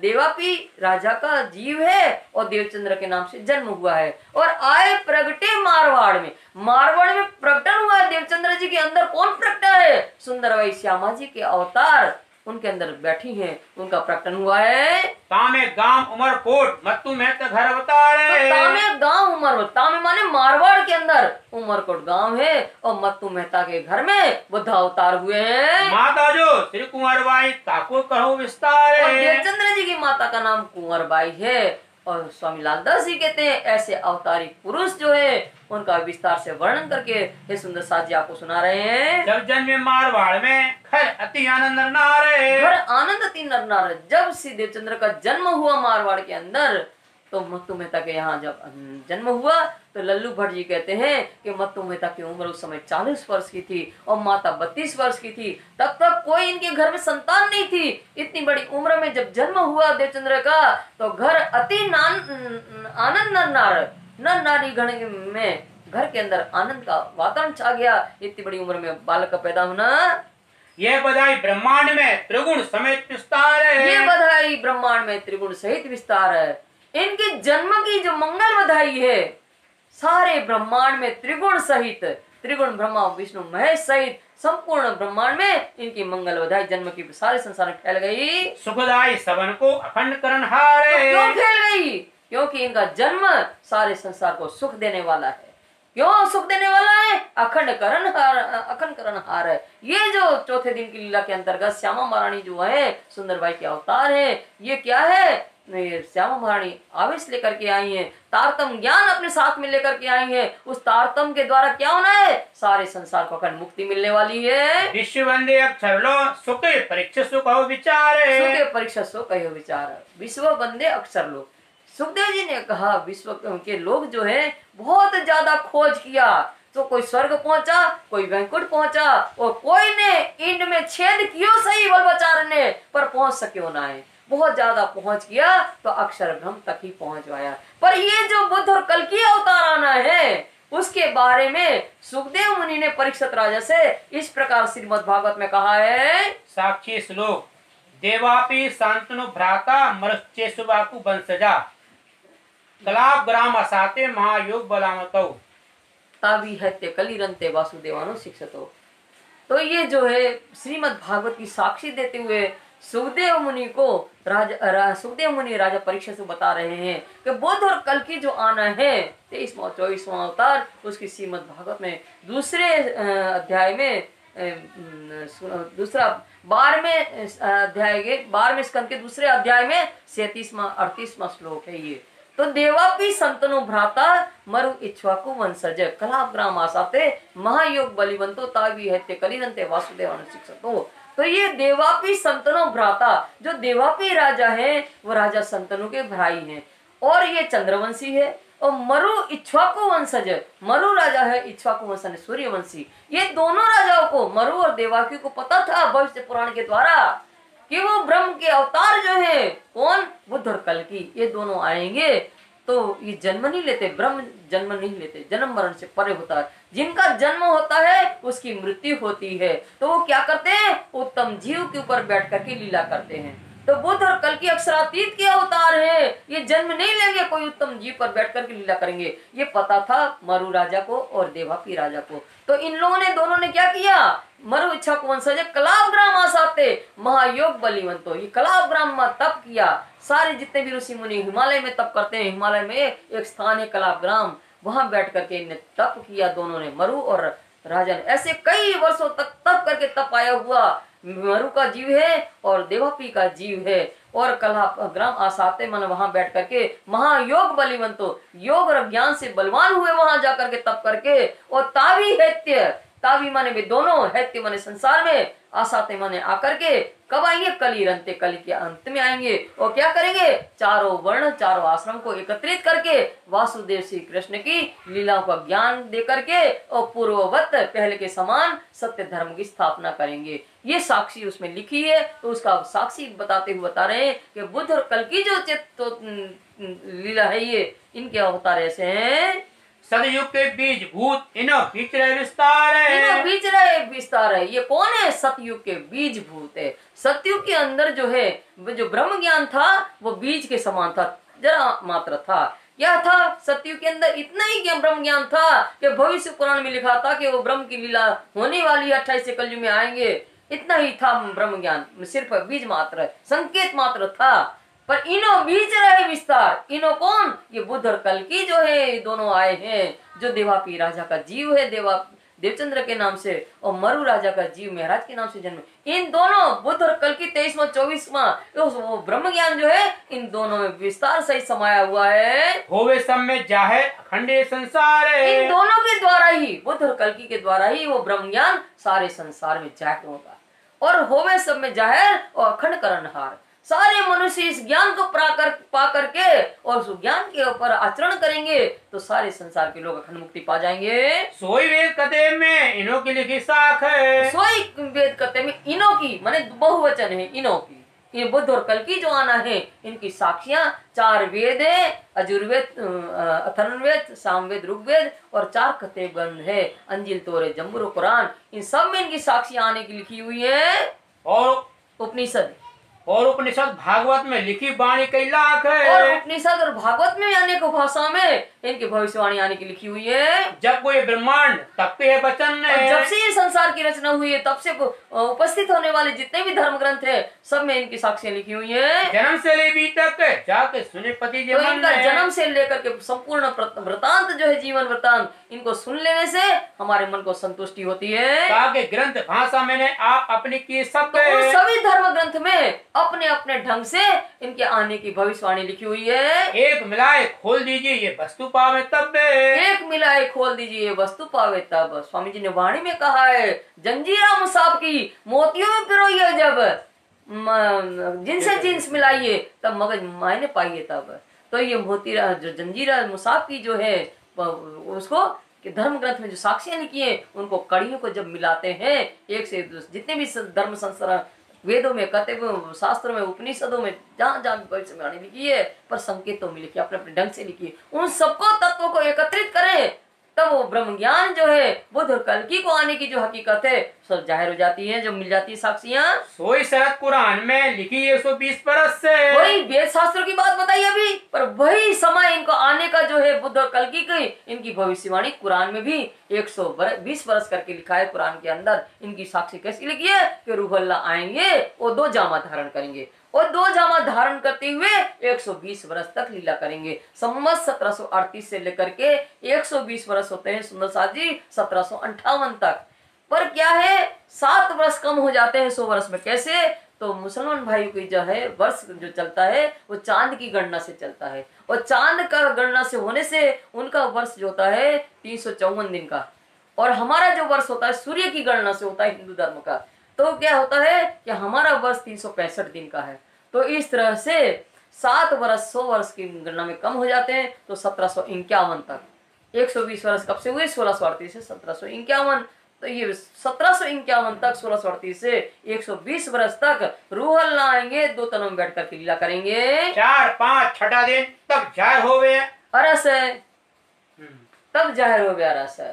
तो ये 120 दिन के अंदर कौन कौन सी लीला है? 120 2 रूह अल्लाह आएंगे 2 तनों में बैठ करके 120 तक लीला करनी है। तो उस 120 वर्ष के अंतर्गत चौथे दिन की लीला सदगुरुदेव चंद जी महाराज की लीला है। 5वें दिन की लीला स्वामी श्री प्राणा जी दूसरा जामा धारण करेंगे और तीसरे दिन की जो लीला वो 6वें दिन की लीला जो है 5वें दिन की लीला स्वामी श्री प्राणा जी की और 6वें दिन की लीला क्या है मोमनों की जागनी की लीला जो पद्मावतीपुरी धाम में धाम में 6ठे दिन की लीला होनी है। 10 वर्ष लो खेलसी होसी विनोद कई हास सबके मनोरथ पूर्ण करसी बड़ो विलास है। ये 6ठे दिन की लीला के अंतर्गत जो जागनी रास की लीला हुई है पद्मावतीपुरी धाम में उसके अंदर 10 वर्ष के अंतर्गत स्वामी जी के मुखार में से वो ब्रह्मवाणी का अवतरण हुआ, वो मार्फती वाणी का अवतरण हुआ। खुलासा खिलवत परिक्रमा सागर श्रृंगार और परिक्रमा और सिंधी वाणी मार्फत सागर की वाणी ये सब वाणी जब जाहिर हुई तो क्या हुआ? इस वाणी के माध्यम से हुआ अरस जाहिर, अरस परम धाम की गली गली का वर्णन वहां जाहिर हो गया पद्मावतीपुरी धाम में। वो पूर्ण ब्रह्म परमात्मा का स्वरूप कैसा है सागर श्रृंगार के माध्यम से जाहिर हो गया। खिलवत के अंदर वो हमने क्या कैसे इस चक्रवत किया था वो सारी हकीकत जाहिर हो गई। और परिक्रमा ग्रंथ के माध्यम से वो पूर्ण ब्रह्म परमात्मा कहाँ रहते हैं उनका धाम कैसा है वो क्या लीला करते हैं वो परिक्रमा के माध्यम से जब जाहिर हो गया तो सारे संसार में वो परम धाम जाहिर हो गया। सब सृष्टि सिद्ध करें हुए अखंड जाहिर धाम है। अखंड जाहिर धाम कब सिद्ध किया? जब अखंड परम धाम स्वामी से मुखार में से जाहिर हो गया इन वाणी के द्वारा। तो सारे संसार के लोग समझ गए कि कुरान में वर्णित आखिरुल जमा इमाम मेहदी के स्वरूप यही है और वेदों के द्वारा जो विजयन बुद्ध निष्कलंक का अवतार को आना है वही यही स्वरूप है। सारे संसार ने सारी सृष्टि ने पहचान लिया कि यही आखिरुल जमा इमाम मेहदी है, यही विजयन बुद्ध निष्कलंक का अवतार है। तो सारी सृष्टि चाहे हिंदू है चाहे मुसलमान सबने इनका सिद्ध बजाया। जो याद नहीं अक्षर को सो सुध सब हुई तमाम है। जो याद नहीं अक्षर को सो सुध हुई सब तमाम है। इस ब्रह्मवाणी के द्वारा जो अक्षर ब्रह्म को क्या याद नहीं है अक्षरातीत के माहौल में प्रेम ही सक बरसत है सो सुध अक्षर को नहीं किन विध खेल करत है। अक्षरातीत के माहौल में जो प्रेम ही सक की लीला होती है वो अक्षर ब्रह्म को पता नहीं है। पर इस ब्रह्म ज्ञान के द्वारा जो पद्मावतीपुरी धाम में 6ठे दिन की लीला के द्वारा जाहिर हुआ तो इस ज्ञान को पा करके संसार के जो जीव है वो भी इस ब्रह्म लीला को देख पाएंगे।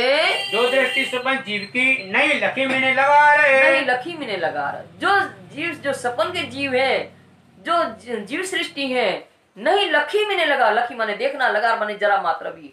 वो क्षर ब्रह्मांड को भी अच्छी प्रकार से नहीं जानते हैं। सपनवत संसार के जो जीव है सो दृष्टि अखंड सुख में पहुंची नूर के पार। सो दृष्टि अखंड सुख में पहुंची नूर के पार। वो संसार के जीव इस ब्रह्म ज्ञान को पा करके 6ठे दिन की लीला में जो ब्रह्म ज्ञान अवतरित हुआ है उस ब्रह्म ज्ञान को पा करके वो सपना जीव के जो अक्षर ब्रह्मांड को नहीं जानते अच्छी प्रकार, वो ब्रह्म ज्ञान को पा करके नूर के पार, अक्षर ब्रह्म के पार, अक्षरातीत धाम में अखंड में पहुंच जाएगी। ज्ञान को पा करके उनकी दृष्टि वो देखेंगे इस ज्ञान के द्वारा, वो परम धाम की लीला को वो नहीं पहुंचेंगे। उनको इस ज्ञान को पा करके आठों भिस्त में कायमी मिलेगी, पर उनकी दृष्टि जो है वो देख पाएगी यहाँ की लीला को। ये सुध जो ले आए रूहल्ला चौथे आसमान है। ये सुध जो ले आए रूहल्ला चौथे आसमान। कौन सी सुध? परम धाम का ज्ञान की सुध, परम धाम को देखने की जो सुध है, वो तारतम ज्ञान लेकर कौन आया? रूहल्ला। श्यामा महारानी के अवतार जो है सदगुरु देवचंद जी महाराज, वो तारतम ज्ञान चौथे आसमान लाहौत से लेकर के आए। चौथा आसमान लाहौत। पहला आसमान क्या है? नासुत माने मृत्युलोक कहते हैं, दूसरा आसमान मलकुत माने वैंकुट कहते हैं, तीसरा आसमान जबरुत माने अक्षरधाम कहते हैं, और चौथा आसमान लाहौत माने परम धाम है। वो परम धाम से वो तारतम ज्ञान लेकर के आए हैं। तीन सेती प्राप्त भई त्रिगुण सृष्टि पहचान है। तीन सेती प्राप्त भई त्रिगुण सृष्टि पहचान। त्रिगुण की सृष्टि कौन है? जीव सृष्टि। तीन सेती को किससे? तो तारतम ज्ञान के द्वारा, जो रूहल्ला चौथे आसमान से लाए ना तारतम ज्ञान, उस तारतम ज्ञान के द्वारा जो त्रिगुण की सृष्टि जीव सृष्टि है, उनको पहचान हुई। किसकी पहचान है? उस पूर्ण ब्रह्म परमात्मा धाम की पहचान हुई। उस तारतम के द्वारा माया और ब्रह्म की पहचान हो गई। तीन स्वरूप की बीतक जन्म से लेकर तीन स्वरूप की बीतक। तीन माने उन स्वरूप की, तीन बड़ी तीन होती है तो तीन हो जाते हैं, तीन अंक हो जाता है। और तीन माने छोटी तीन में तीन माने उसी स्वरूप जो चौथे दिन की लीला के अवतार है। चौथे दिन की लीला का वर्णन चल रहा है सुंदर साथ जी। जो चौथे दिन का लीला कौन है? सदगुरु देवचंद्र जी महाराज के जो जीवन का वृतांत है, उसको सुनना है। सो कहो आगे सैयनो, ये चर्चा सब ऊपर रहे। ये चर्चा सब ऊपर है, तो सब ब्रह्मांगना के सामने चौथे दिन की लीला का वर्णन किसके सामने करेंगे? कौन है सुनने वाली? इस ज्ञान को लेने वाली श्यामा जी ना अंग सुंदर साथ है। तो ये सैया ब्रह्मांगनाएं जो है, उनके सामने ही तो चौथे दिन की लीला, श्यामा महारानी की जो लीला है, ब्रह्मांगनाओं के अवतरण की लीला है, तो ब्रह्मांगनाओं के सामने बैठ करके चर्चा हो रही है। ये चर्चा सब ऊपर है। जितने भी ज्ञान चर्चा है संसार के अंदर, उन सबसे ज्ञान चर्चा से श्रेष्ठ चर्चा चौथे दिन की जो लीला है उसकी है। जब वह वर्ष 11वां तब मन उपजो विचार है। जब वह 11वां तो मन उपजो विचार है। स्वामी लालदास जी कहते हैं कि देवचंद्र जी की उम्र जब 11 वर्ष की हुई तब मन में विचार आने लगा। इन्होंने 11 वर्ष में कही, पर वृतांत मुक्तावली में 5 वर्ष की जब उम्र हुई देवचंद जी महाराज की, वर्तन मुक्तावली ब्रजभूषण जी कहते हैं, तब इनके अंदर से चमत्कारिक लीला होने लगी। 5 वर्ष के थे, अपने बच्चों के साथ जाते थे, बच्चों के साथ मंदिरों में, तो मूर्तियां जो थी उनको निवेद खिलाते थे तो वो खा लेती थी। और जब जैन मंदिरों में जाते थे, खंडित मूर्तियां भी इनके यहाँ से दूध पी लेती थी। तो ऐसी अनेक चमत्कारिक लीला 5 वर्ष की उम्र में होने लगी। एक बार खेलते खेलते बच्चों के साथ में शमशान भूमि पहुंच गए, तो वहां जितने भी भूत प्रेत थे इनको देख करके नाचने लगे। देवचंद जी महाराज को देख के नाचने लगे, और जब इन्हें अंजलि में जल लेकर के उनके ऊपर छिड़क दिया तो विमान आकर के अपने अपनी इनकी मुक्ति हुई, सब स्वर्ग को चले गए। तो इस तरह से बाल्यकाल में जो इनकी चमत्कारिक लीलाएं हुई, लालदास महाराज ने उसका वर्णन नहीं किया, पर वृतांत मुक्तावली में इनका वर्णन किया गया है। अब लालदास महाराज कहते हैं कि जब देवचंद्र जी की उम्र 11 वर्ष की हुई तो मन में विचार आने लगा, मैं कौन, कहाँ से आया, कहाँ मेरे भरता रहे। कौन, मेरी आत्मा कौन है, ये आत्मा कहाँ से आई है, इस आत्मा का प्रियतम कौन है। पूछत फिरे परदेश में कहाँ है परमेश्वर रहे। तो उसी देश में उमरकोट में आसपास सब जगह पूछ रहे हैं कि वो परमेश्वर परमात्मा जो है वो कहाँ रहते हैं, जिन्हें सबको पैदा किया है। जिस सबको पैदा किया सो कहाँ सब ऊपर रहे। जिस परमात्मा ने सबको उत्पन्न किया है वो परमात्मा सर्वश्रेष्ठ, वो कहाँ रहते हैं। कोई कहे वह घट घट है व्यापक संसार है। तो कोई कहता है कि देवचंद्र वो घट घट है, आपके अंदर भी है, इनके अंदर भी, उनके अंदर भी, सबके अंदर है। तो इस तरह सब प्राणी के अंदर परमात्मा है, विद्यमान है, तो सारे संसार में व्याप्त है वो। तो तब जानना वह निकट यही ग्रहों में सारे है। तो ये देवचंद जी मन में विचार करते हैं कि तब तो सबके अंदर है परमात्मा, सारे संसार में व्याप्त है, तो अति निकट है। तो इसी सिद्धांत को सार रूप में मैं ग्रहण कर लूंगा। एक देवरा कहाँ रहे, कहाँ में मूर्ति पिंगल श्याम तो है। उमरकोट के अंदर देवरा माने मंदिर था, उस मंदिर के अंदर पिंगल श्याम की मूर्ति थी। पिंगल माने टेढ़ा, तो श्याम माने कृष्ण की टेढ़े, तो 3 टेढ़ के कृष्ण है, उसकी मूर्ति थी वहाँ। आगे यहाँ विराजते जय प्रदक्षिणा उष्ठाम है। और वहाँ ये क्या करते देवचंद्र जी, अब वो तो परमधाम का आत्मा है, तो मायावी जीव है ही नहीं है, तो प्रतिदिन बाल्य अवस्था से ही क्या करते हैं, मंदिर आते हैं पिंगल श्याम के मंदिर में, और वहां परिक्रमा लगा करके मूर्ति के सामने बैठ जाते हैं। ले लोटा घर से चले दंड धावन के काज, ले लोटा घर से चले दंड धावन के काज। अब ये वहां 400 वर्ष पहले सुंदर साथ जी नल वगैरह की व्यवस्था तो नहीं होती थी, तो तालाब में जाना पड़ता था देह शुद्धि के लिए, तो दातुन आदि क्रिया करने के लिए, देह शुद्धि करने के लिए लोटा लेकर के घर से निकलते हैं। शुद्ध आकार करके फिर आवे न मन में लाए, और शरीर शुद्धि करके फिर पुनः मंदिर आते हैं, पर इनको किसी भी प्रकार का शर्म नहीं है कि कोई क्या कहेगा। नित्य प्रदक्षिणा देवे पहर, तो नित्य प्रतिदिन पिंगल श्याम के मंदिर में 1 पहर माने 3 घंटा तक प्रदक्षिणा देते हैं। फिर दंडवत करके मेहनत करें तिजोरे, तो परिक्रमा लगाते हुए फिर साष्टांग दंडवत करते हैं। इस तरह से परमात्मा को प्राप्ति करने के लिए अत्यधिक परिश्रम करते हैं। उस देश में साधु संत आवत नहीं कोई, और उस देश से उमरकोट गांव में कोई साधु संत नहीं आते हैं। सुंदर साथ जी, हम कच्छ में रहे हैं तो हमें पता है कच्छ से लगा हुआ रेगिस्तान है, और रेगिस्तान के बाद फिर उमरकोट जो है पहले सिंध प्रांत में था, अब वो पाकिस्तान में चला गया, तो बीच में रेगिस्तान पड़ता है, उसके बाद फिर उमरकोट आता है। तो इसलिए और बीच में रेगिस्तान होने के कारण वहाँ जल का अभाव रहता है, तो वहां से कोई भी साधु संत वहां नहीं जाता है। उस देश में साधु संत आवत नहीं कोई, तो साधु संत नहीं जाता है, क्यों नहीं जाता है? जल कसनी देख के इत कहूं न आवत होए, जल का अभाव है, वहाँ रेगिस्तान में जल मिलना नहीं है, तो साधु संत कैसे वहाँ जाएंगे? तो नहीं जाते हैं। एक बेर मत्तु मेहता संग आए हते परदेश, तो एक दिन मत्तु मेहता संग आए हते परदेश माने कच्छ में आए थे, क्योंकि वहां से लगा हुआ कच्छ है, बीच में रेगिस्तान पड़ता है, उस तरफ पाकिस्तान है, इस तरफ भारत है। तो ये क्या करते हैं, मत्तु मेहता व्यापार करते हैं, ऊंटों का व्यापार और वस्त्र का व्यापार भुज कच्छ से खरीद करके उमरकोट के राजा को देते हैं। तो व्यापार के संबंध में 13 वर्ष वृतांत मुक्तावली में लिखा है कि जब देवचंद्र जी महाराज की उम्र 13 वर्ष की थी, तब अपने पिता के साथ कच्छ गए थे। कहाँ धोरे साधु बहुत देखे बीच विदेश, तो वहाँ उन लोगों ने कच्छ के अंदर देवचंद जी महाराज ने क्या देखा था कि बहुत मंदिर है, देव मंदिर है, और साधु संत भी बहुत देखे थे वहाँ। बात तब की मन में रहे मैं जाऊं कच्छ में, तो तब की मन 13 वर्ष की उम्र में जो इन्होंने देखा था, तब की बात इनके मन में थी कि मैं वहाँ भुज जाऊंगा, कच्छ जाऊंगा तो क्या होगा, कहाँ जाके खोज करूं पाऊं परमेश्वर तिन से, तो वहाँ जाकर मैं परमात्मा की खोज करूंगा, और वहाँ से जो साधु संत है ना, उनसे सत्संग करके मैं परमात्मा की प्राप्ति करूंगा। घर में खटपट रहे मन में रहे बैराग, इनकी वैराग की भावना को देख करके घर में खटपट होती थी, क्योंकि इनको संसार से वैर था और परमात्मा से राग था। तो घर में खटपट इसलिए होती थी, एक ही बेटा इतनी बड़ी उम्र में मिला था, तो इन्हें मन में खटपट होती रहती थी घर में। दुनिया से बैर रहे उन्हें देखे लगे आग, और इनका मन जो है दुनिया से बैर था इनको, और दुनिया के कोई भी कार्य व्यवहार देखते थे तो इनको क्रोध आ जाता था। दैसी का अपन बहुत कर थके सबको, और इनको समझाने के लिए घर के लोगों ने बहुत प्रयास किया, बहुत समझाया, अरे देवचंद्र अभी तुम्हारी उम्र तो खेलने खाने की है, बुढ़ापे आ गए तब भजन भक्ति करना, खूब समझाया, पर ये फिराए जो फिरे कहीं समझावे सोए, ये फिराए जो फिरे, ये फिर भी इन्हें बहुत समझाया, पर इनका मन जो है माया की तरफ नहीं लग रहा है, तो परमात्मा में ही लगा है। श्री देवचंद जी के मन में जाऊं कहूं विदेश, तो देवचंद जी मन में एक ही विचार भावना है कि मैं कच्छ जाऊंगा, वहाँ मुझे परमात्मा की प्राप्ति होगी। कहाँ जाके खोज करूं कोई मोह उपदेश, कहाँ जाके मैं खोज करूंगा, कहाँ जा करके परमात्मा की खोज करेगा, कोई तो मुझे ऐसे साधु संत मिल जाएंगे जो हमें परमात्मा का ज्ञान देने वाले। पूछे फिर सब ठहरो मुझे कोई बता रहा है, तो सब जगह वहाँ उमरकोट में आसपास पूछते फिर रहे हैं कि कोई मुझे कच्छ जाने वाला मार्ग बता दे।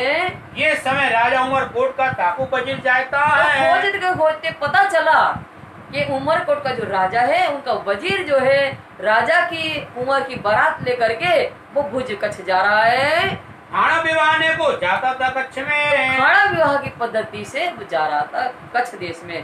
तो खाना विवाह क्या है, विवाह की शादी की पद्धतियां होती है, कोर्ट मैरिज होती है, वैदिक शादी होती है, जयमाला की शादी होती है। तो ये जो खाना विवाह, खाना माने तलवार, तो पहले के समय में राजाओं के ऊपर चढ़ाई कर देते थे राजा दूसरे, तो मरने का बहुत वो रहता था। तो क्या होता था, शादी राजा की कुंवर की तलवार लेकर के, तलवार के साथ शादी होती थी, उसको खाना विवाह की पद्धति कहते हैं। तो उमरकोट के राजा का कुंवर की शादी होनी है कच्छ में, तो उनकी तलवार लेकर के खाना विवाह की पद्धति से वहाँ का वजीर जो कच्छ जा रहा है, 200 अश्वार एक बैल उतावले पहुँचने, तो 200 अश्वार एक बैल, बहल माने बगी, और असवार किसकी है? ऊंट पे असवार होकर, क्योंकि रेगिस्तान में ऊंट ही चल पाते हैं। ऊंट के पैर में गति होती है तो रेत में उनके पैर फंसते नहीं है। दूसरा कारण ये होता है ऊंट क्यों रेगिस्तान में चलते हैं, क्योंकि उनकी गले में एक थैली होती है जिसमें 30 दिन का पानी वो स्टोर कर लेते हैं ऊंट, तो उनको फिर पानी की आवश्यकता नहीं पड़ती है। तो इसलिए ऊंट जो है वो साधन है जाने का, तो 200 ऊंट लिया और एक बघी ले लिया जिससे जल्दी पहुंचा जाए वहाँ। श्री देवचंद जी ने सुनी, गए पूछे तिनसे। तो देवचंद्र ने सुना कि राजा का वजीर जा रहा है, तो ये देवचंद जी महाराज वजीर से पूछने के लिए गए। फिर वजीर ने बात करी, हम कब जाएंगे? तो उन्होंने देवचंद जी महाराज ने वजीर से बातें करते करते कहा कि हम भी आपके साथ कच्छ जाना चाहते हैं। तब पूछा उन्होंने, क्या सवाल तुम्हारे? तो वजीर ने पूछा देवचंद से कि ठीक है तुम हमारे साथ चलोगे, पर आपके पास सवारी के लिए साधन क्या है? हम सब क्यों पहुँचोगे प्यादे असवारों के? और तुम पैदल फिर हमारे साथ, हम तो असवार हैं, तुम कैसे पहुंच सकोगे साथ में? तब कहा देवचंद जी, हम चले आवेंगे। तो देवचंद जी ने कहा वजीर से कि ठीक है आप ऊँट पे सवार हो, चले जाना ऊँटों के साथ, पर हम आपके पीछे आपके चरण देखते हुए पद चिन्ह देख करके चले आएंगे। तब उनने बरजे, जिन जाओ आओ संग हमारे। तो वजीर ने कहा कि जिन माने मत है देवचंद्र, हमारे साथ नहीं आना आप। तब से देवचंद जी विचारिया, मैं काहे पूछो? तो देवचंद जी मन में विचार करेंगे इनको मेजे से हम क्यों पूछे, हमें तो इनके पीछे पीछे इनके पद चिन्ह कर देखते हुए चले जाना है, हम काहे को पूछे इनको? पीछे चला जाऊंगा अपने पास से, और हम इनके पीछे पीछे अपने पैर के बल से तो जाना है हमें। घर जाके साथ को राह की लेने लगे। अब घर में आ गए देवचंद जी महाराज लौट करके, और मार्ग में लगने वाली जितनी भी सामग्री है उनको एकत्रित करने लगे। थाली कटोरा लोहड़ा और लोटा जल के। तो क्या क्या लिया? तो थाली कटोरा लोहड़ा माने छोटी कढ़ाई, और जल भरने के लिए लोटा भी साथ में रख लिया। एक नीमचा कमर को और कपड़े पहना के। नीमचा माने कटारी, अपनी रक्षा के लिए एक कटारी रख लिए कमर में बांधने के लिए, और कपड़ा पहनने के लिए रख लिए उनने। बकुचा बांध तैयार भय, खर्ची बांध तिनमें। और बकुचा माने पोटली, सारा सामान एक पोटली में बांध करके तैयार हुए, और मार्ग व्यय के हेतु थोड़ा पैसा भी उसमें रख लिए। ले प्रसाद पाने रहे, तीसरे दिन रहे घड़ी चारे। और प्रसाद परमात्मा का प्रसाद स्वरूप भोजन करके लेट गए। अब 4 घड़ी दिन बाकी रहा था, 4:30 बजे का समय था। तब 7 असवार भय कि करने लगे विचारे। और वो जो बारात वाले थे वो सवार पे सवार होकर के निकल गए 4:30 बजे। अब ये तो चोरी से निकलना है माता पिता की, तो अब निकलने का विचार करें कैसे निकला जाए। कमर बांधते बांधते कछु ढील हो गई। और तो फिर क्या हुआ, कमर में सामान कमर में बांधते बांधते माता पिता की नजर बचाते हुए सामान कमर में बांधते बांधते कुछ समय विलम्ब हो गया निकलने में। तो लल्लू भट्ट कहते हैं कि जब वो बारात वाले निकले तब 4:30 बजे का समय था, 4 घड़ी बाकी था दिन, और ये जब देवचंद जी घर से निकल रहे हैं तब 1 घड़ी दिन बाकी है, तो 3 घड़ी बाद में निकल रहे हैं। और वो लोग ऊँटों पे सवार हैं, ये पैदल हैं। तो इस तरह से अब ये निकल रहे हैं। बेअसवार चले गए, ये पीछे चले जाते हैं। और वो तो असवार बारात वाले थे, वो तो 4:30 बजे सवार पे सवार होकर के निकल गए। अब उनके पीछे पीछे ये जा रहे हैं। तो अब वर्तमान दीपक में कहा है कब गए, तो 1655 है जब ये बारात वालों के साथ जा रहे हैं। और देवचंद्र जी उम्र उसमें 16 वर्ष 7 महीना की है। और गर्मी के दिन में क्या होते हैं, शाम के समय निकलते हैं। रेगिस्तान की रेती तपती है दिन में, तो शाम को निकलना होता है, इसलिए ये लोग शाम के, वैशाख का महीना है, शाम को निकले हैं। चले उतावले मन में पहुंच उधाए। अब वो तो पहले निकल गए, ऊँटों पे सवार हैं और बाद में पीछे पीछे जा रहे हैं। तो इन्हें मन में ये विचार आ रहा है कि दौड़ करके हम उनके पास पहुंचे, तो जल्दी उतावले जल्दी जल्दी जा रहे हैं। बेअसवार ये प्यादे क्यों कर पहुंच जाए। वो तो बारात वाले असवार ऊँटों पे सवार हैं और ये पैदल है, तो कैसे पहुंचना असंभव है साथ में। यो करते चले गए, बीच पड़ी आई रात। तो इस प्रकार विचारते देवचंद महाराज चले जा रहे हैं कि जल्दी पहुंच जाए बारात वालों के साथ। विचार करते करते चले जा रहे हैं। तो अब शाम को निकले थे तो रात्रि हो गई। ये मुल्क रेती का, ये किसको करे पाते। अब वो स्थान जो था बीच में रेगिस्तान पड़ता है, मरुभूमि, चारों तरफ रेती रेती, कुछ है ही नहीं, कोई होता ही नहीं है। तो किससे बात करते ही है, कहाँ चली रहा ना पाइए भाई चोरन का जोर है। तो वहाँ चली रहा न पाइए भाई चोरन का जोर। वहाँ रेगिस्तान के अंदर क्या होता है, जो हम चलते हैं तो पगडंडी बन जाती है ना, तो वहाँ ऐसा नहीं होता है, क्योंकि रेतीला रेती रेत है चारों तरफ। जब हवा चलती है तो पदचिन्ह भी मिट जाते हैं। और चोरों का भय भी, सुनसान जगह है तो चोर का भी भय होता है। 1-2 निभा न सके है इन भात कठोर है। भात कठोर है, 1-2 व्यक्ति जो है चोरों से अपनी रक्षा नहीं कर सकता है। इस प्रकार का ये असुरक्षित स्थान है। एक ढेर बावरे उठाए खड़ा करे तब और तो जब रेगिस्तान की तेज हवाएं चलती हैं तो उस समय क्या होता है, रेती का ढेर उठता है, हवा ले जाती है, दूसरी तरफ रख देती है। फिर जहाँ वायु लगे फिर लगे और ठोरे। तो फिर जब तेज हवा चलती है रेगिस्तान में, तो वो ढेर जो था रेती का वो उठा करके दूसरी तरफ लग जाता है। भाई बालक मन दहशत पेट में उठा दर्द है। अब बाल्य अवस्था है, 16 वर्ष 7 महीना के है, और वहाँ इस तरह का वातावरण है, अंधेरी रात है, वो सोच नहीं रहा है। तो इनके डर के भयभीत होने कारण इनके पेट में दर्द होने लगा। ना जाने आगे पीछे है कौन जगह सरहद अब ये है। देख रहे चारों तरफ रेती रेती अंधकार है, कुछ दिखाई नहीं दे रहा, तो समझ में नहीं आ रहा आगे पीछे जाने का मार्ग कहाँ है, और इस मरुभूमि की सीमा भी कहाँ खत्म होती है, कुछ समझ में नहीं आ रहा है। जो करते चले जाते एक शख्स दिया दीदा तो रहे। इस तरह से घबराए हुए चले जा रहे हैं देवचंद जी महाराज, और सामने एक व्यक्ति ने इनको दर्शन दे दिए।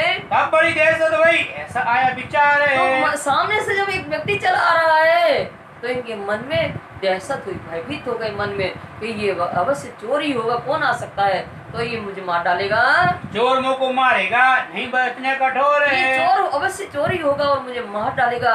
अब मेरे बचने का, मेरी अपनी सुरक्षा करने का कोई उपाय नहीं है। मेरा कचू न चले, मुझे कई दिस और तो है। अब इस जो आए हैं सामने, उनके सामने मेरी कोई ताकत नहीं चलेगी, और इस तरह से मुझ गई शक्ति, सब इनको कुछ सूझ नहीं रहा है। इतने में आए गया हो गई मुलाकात इतने है। में वो दिव्य स्वरूप जो है इनके पास में आ गए और इनसे मुलाकात हो गई। देखा जी दहशत भाई वह कहने लगा बात है। उनके स्वरूप को देखते ही देवचंद जी महाराज भयभीत हो गए, और वो जो दिव्य स्वरूप है वो अपने मुख से कहने लगे, ये बेस सिपाही का कमर कटाई तलवार है। तो स्वामी लालदास जी कहते हैं जो दिव्य स्वरूप है, तो वो कौन है, वे सिपाही भेष में है, क्योंकि इनके मन में आया चोर है, तो चोर से रक्षा कौन कर सकता है, सिपाही कर सकता है। तो वो सिपाही वेश में पूर्ण ब्रह्म परमात्मा ने देखा कि मेरी अंगना मेरी खोज में भटक रही है और दुखी हो रही है, तो स्वयं उन्हें अपने हुक्म के स्वरूप को भेज दिया इनकी रक्षा के लिए। तो वो हुक्म का स्वरूप सिपाही वेश में आया, उनके मुंह में दाढ़ी है, हाथ में बर्छी है, मुंह दाढ़ी हाथ बर्छी ऐसा भेष लिया बनहार है। कमर में कटारी और तलवार है, मुंह में हाथ और दाढ़ी, ऐसा वो स्वरूप जो आने वाला है उनका स्वरूप है। मुख से आए वचन कहे छोड़ो कमर तलवार है। तो दिव्य पुरुष ने कहा अपने मुख से देवचंद महाराज से कि तुम्हारे कमर में जो तलवार है ना वो छोड़ करके हमें दे दो।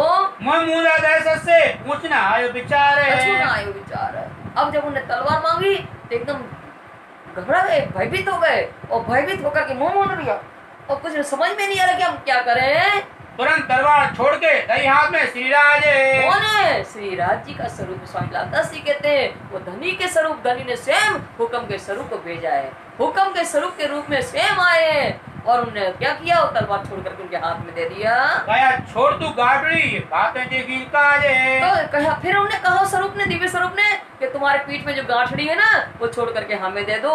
तब ये समझ गए देवचंद्र जी महाराज कि ये देखा इनका इनका उद्देश्य यही है कि मेरी तलवार ले लिया, अब ये सामान भी मुझसे मांग रहे हैं, तो ये लूटने के भाव से ही आए हैं। तब जाना मुझे मारेगा, उनने कहे सुकन ने। तब उन्होंने सोचा कि अब तो ये मुझे मार, हमारा सामान ले लिया, हमारी तलवार भी ले ली, अब हम कह रहे हैं मुझे मार डालेंगे।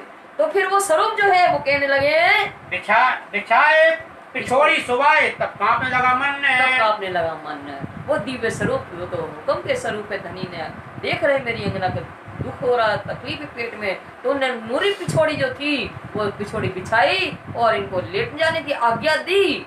जैसे ही देवचंद जी को, तो उनका मन कांपने लगा भय के मारे कि अब निश्चय मुझे मार डालेंगे। पर्ची हाथ पकड़ के एक साथा पर दे पाए। वो तो अंतर्यामी है, वो सब जानते हैं कि मेरी अंगना के पेट में दर्द है। तो उन्होंने क्या किया कि जांग की मूल में बर्छी को जमीन में टेक करके अपना शरीर का बोझ उनमें दिया।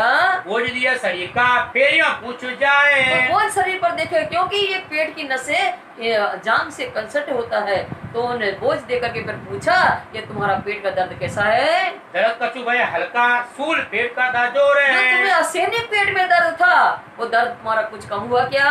श्री देवचंद ने उत्तर दिया, छुराया है और ठोर है। देवचंद जी ने कहा कि अभी दूसरी तरफ और बाकी है थोड़ा। फिर दूसरी जांग मूल में दही पांव खड़े रहे। तो दूसरे पांव की जांग में मूल में तो दिव्य स्वरूप जो है पैर रख के खड़े हो गए। बोझ दिया शरीर का, इन शरीर पड़ते हैं। तो शरीर का बोझ जो है जांग पर दिया हल्के से, और पर्ची के ऊपर बोझ रख करके खड़े हैं। फिर पूछा क्या खबर, सूल मिटा आकार है। तो फिर उस दिव्य स्वरूप ने पूछा कि तुम्हारे पेट में जो दर्द है उसके बारे में क्या बात है, और तुम्हारा पेट का सूल जो है कम हुआ कि नहीं? तब उठ खड़े भाई श्री देवचंद जी, ऐसा किया विचार जब है। इनका पेट का दर्द मिट गया तो उठ करके खड़े हो गए देवचंद जी महाराज और मन में विचार करने लगे। पिछोड़ी कमर पर धाय के बोझ बांधा अपनी पीठ पर तो रहे। चमत्कारी जो नूरी पिछोड़ी है दिव्य स्वरूप ने देवचंद जी महाराज के कमर में बंधा दी। और देवचंद जी महाराज जो श्यामा जी के अवतार हैं तो अपनी अंगना का जो बोझ था कठड़ी का अपने प्रियतम ने अपने काम पे ले लिया।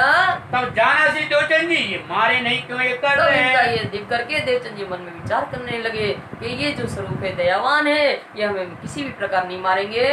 बंदी खाने रख के करावेगा गुलाम उस है। समय बंदी खाने रखा जाता था, गुलामी का काम करवाया जाता था। तो इनने मन में विचार करे किया कि ये बंदीवान बना करके हमें कोई गुलामी माने दास की भांति मेरा कोई काम करवाएंगे मुझसे।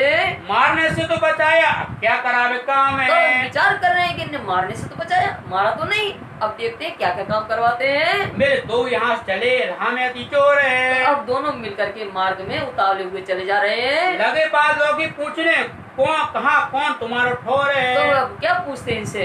तो लौकिक संसारिक बातें पूछते हुए वो दिव्य पुरुष कहते हैं कि तुम कहाँ के रहने वाले हो?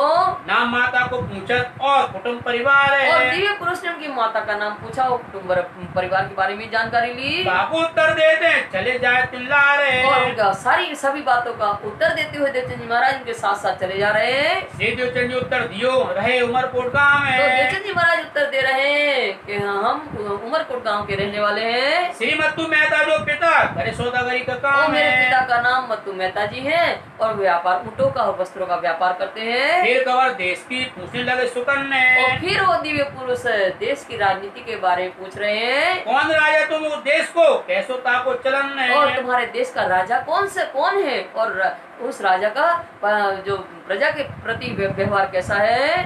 कौन वजीर आगे रहे क्यों पर चलन व्यवहार और है। राजा का वजीर कौन है और वजीर का जो है उनका भी व्यवहार प्रजा के साथ कैसा है?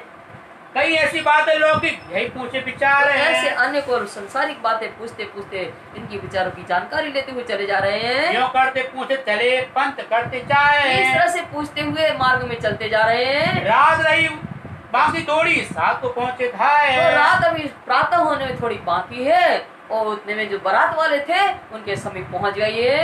उस जगह खड़े रहे पिछोड़ी छोड़ाई कमर तो से। बारात के वालों के पास थोड़ी दूरी पे खड़े होकर के जो नूरी पिछोड़ी बंधाई थी देवचंद जी महाराज के कमर में वो पिछोड़ी ने छोड़ा के ले ली अपने पास में। अपनी पीठ पर गाड़ ली सो दई से देवचंद जी समय। और जो गाठड़ी थी देवचंद जी महाराज की सामान की पोटली वो दिव्य स्वरूप ने उनके हाथ में दे दिया। दई तलवार छोड़ के देखिए तेरो साथ है। और फिर जो तलवार ले ली थी दिव्य स्वरूप ने हुक्म के स्वरूप ने वो तलवार उनको देते हुए कहा देखो देखो वो है ना तुम्हारे साथी बारात वाले। तो जैसे ही उस तरफ देखने लगे देवचंद जी महाराज और एक पीछे से अंतर ध्यान हो गए। जो पीछे फिर जो देखी तो मेरा किन्ने पकड़ा था हाथ तो है। मेरा किन्ने पकड़ा था हाथ। जब पीछे मुड़ करके देखा देवचंद्र जी महाराज ने तो वो तो अंतर ध्यान हो गए थे। तो मन में विचार कर रहे हैं कि मेरा हाथ थाम करके मेरी सहायता किसने की थी? वह तो कछु न देखिया कौन कहाँ गयो ए तो है। वो पीछे मुड़ कर देखते तो कोई दिखाई नहीं दे रहा। तो मन में विचार कर रहे हैं कि वो कौन था, वो कौन सा रूप थे, वो कहाँ चले गए? यह देखी मेरा खावन या विलाप याद करते हैं। या विलाप याद करते हैं। मन में विचार कर लिया देवचंद महाराज तहकीक मान निश्चय ही मेरा खाविन मेरा प्रियतम है ये तो। और ये उनको याद करके उन स्वरूप को और फिर विलाप करने लगे।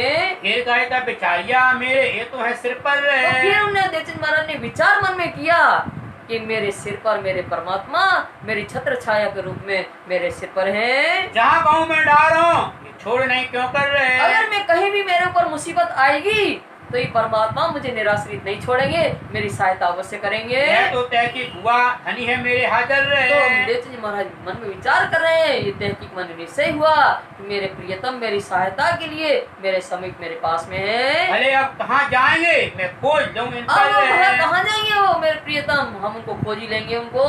तब सन्मुख चले साथ को आवन टोके तिन तो आवट टोके तीन। अब ये जो देवचंद जी महाराज बारात वालों के सामने जा रहे हैं, उनके पास में जा रहे हैं। तो जैसे जा रहे हैं तो बारात वालों ने इनको देख करके आते हुए देखा तो टोका अरे भाई तुम कौन हो? कौन है कहाँ से आवत नाम देवचंद जी लिया इनने। अरे फिर वो बारात वालों ने पूछा अरे भाई तुम कौन हो, यहाँ कैसे चले आ रहे हो? तो देवचंद जी ने कहा हम देवचंद्र हैं। तब चले सिरदार पे उनने पूछे सुकन ने। तो ये बारात वाले जो थे वो देवचंद जी को लेकर के उनके सिरदार जो था वजीर जिनका नाम लालदास देसाई है, उनके पास लेकर के गए। तुम क्यों आवे हमको मिले? बड़ुआ चलो भाई उमन ने। तो वजीर पहचाना, ये तो देवचंद्र है।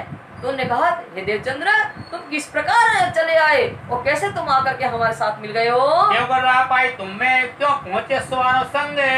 तुम क्यों पहुंचे असवारों संग? हे देवचंद्र, ये रेगिस्तान में तुम्हें मार्ग कैसे मिला? और हम तो ऊंटों पे सवार थे और तुम पैदल, तुम किस तरह से हमारे सवारों के साथ आ गए? तब जवाब से देवचंद जी दिया, हम आए चले जैसे बंग। तो देवचंद्र यजमान ने उत्तर दिया, हे वजीर जी, जैसे हवा चलती है ना, बंग माने हवा, जैसे तेज गति से हवा चलती है, हम हवा के माफक आपके पद चिन्हों को देखते हुए आ गए। तुम्हारे पीछे चले आए, कदमों पर धरे कदम में। आपके पीछे पीछे आपके चरणों का पद चिन्ह को देख करते हम आ गए, जबकि जानते हैं कि हवा में रहते नहीं पद चिन्ह, और ऐसा कह दिया उनने। पाँव अपने बल से चले मार आए हम। तो हम अपने पैरों के बल से मार्ग पर चलते हुए आपके पास आ गए हैं। सब अचरज पाए के कहीं खोलो कमर रहे। तो सबको आश्चर्य हुआ कि हम तो ऊंटों पे सवार थे, अभी अभी हम लोग आए, ये पैदल है और ये भी आ गए। सबको आश्चर्य हुआ। फिर वजीर ने कहा, हे देवचंद्र, अपने कमर से सामान खोल करके विश्राम करो। बेपुन डेरा डंडा पछाड़ी, कोई था आग जलाने पर कोई था आग जलाने पर। वो तो अभी पड़ाव की तैयारी कर ही रहे थे। तो पड़ाव की तैयारी करते हुए कोई आग जला रहा था, कोई ऊंटों के पैर में रस्सी बांध रहा था, कोई पंडाल लगाने के लिए बांस वगैरह जो था, डंडे वगैरह गाड़ने की तैयारी कर रहा था। तब उन कायस्थ सरदार ने रसोई का किया आदर तो कायस्थ जाति का जो सरदार था वजीर लालदास देसाई, उन्होंने भोजन के लिए ससम्मानित देवचंद महाराज को आमंत्रित किया। चाहो तो सीधा लेवो या आओ रसोई पर। तो उन्होंने वजीर ने कहा, देवचंद्र, अगर तुम अपने हाथ से पकाना चाहते हो भोजन, तो हमारे भंडार से आप कच्चा सीधा सामग्री ले लो, या फिर हमारा भोजन तैयार हो रहा है तो हमारे साथ बैठ करके भोजन करो। तब श्री देवचंद जी ने यूँ कर दिया जवाब। तब देवचंद जी ने कहा कि हम अपने हाथ से बनाते हैं। मैं अपने हाथों कर दूं, तो उन्होंने कहा कि हम अपने हाथ से रसोई पकाते हैं। देवचंद महाराज ने ऐसा कहा, तो उसके बावजूद जो वो था वजीर, उन्होंने कहा, क्या कहा, तो हमारे भंडार से सीधा ले वो तुम। ठीक है देवचंद्र, तुम अपने हाथ से पकाना चाहते हो तो हमारे भंडार घर से जो है कच्ची सामग्री जो है सीधा सामग्री ले लीजिए, भोजन सामग्री। तब श्री देवचंद जी कहा, घर से सीधा ले आए हम। तब देवचंद्र जी ने कहा, हे वजीर जी, हम अपने घर से भोजन सामग्री भी लाए हैं। तब कायस दुख पाए के कहीं हमारी नहीं है रवेश। रवेश माने रिवाज। तब कायस ने इनकी बात को सुनकर के दुखी हुआ और कहते, ये हमारी रिवाज नहीं है। वजीर कहने लगा, हमारी न्याय का ले हम पे हो, तू हमारे खेस है। तुम हमारे खेस माने जाति के हो, इसलिए देवचंद्र, तो हमारी जाति के नाते तुम्हें तो हमारा सीधा लेना ही चाहिए। तो सीधा तिनका लिया, कई रसोईता है। तो वजीर के आग्रह पर देवचंद जी महाराज ने उनका सीधा जो था कच्ची सामग्री रसोई की भोजन सामग्री लेकर के और फिर पवित्रता के साथ अपने हाथों से रसोई बना रहे हैं। जो स्वरूप को दर्शन पायो तो ताको रसोई अरगाए। तो जो स्वरूप को दर्शन पाए तो ताको रसोई अरगाई। सब सुंदर साथ जी, ये बीतक हमें धर्ममय जीवन जीने की कला सिखाती है। सुंदर साथ जी, जब भी हम भोजन करने बैठे तो परमात्मा को पहले भोजन उनको अर्गाना चाहिए। उनका भोजन जो उनको प्रसाद स्वरूप जो भोजन है उसको ही हमें करना चाहिए। देवचंद्र जी महाराज ने रास्ता में जो हुक्म के स्वरूप ने दर्शन दिए थे, उन दर्शन स्वरूप का ध्यान करते हुए जो उन्होंने भोजन पवित्रता से बनाई थी सारी, वो सब भोजन सामग्री उनको अर्गाई, उनका ध्यान करते हुए फिर उनका भोजन स्वरूप प्रसाद दिया।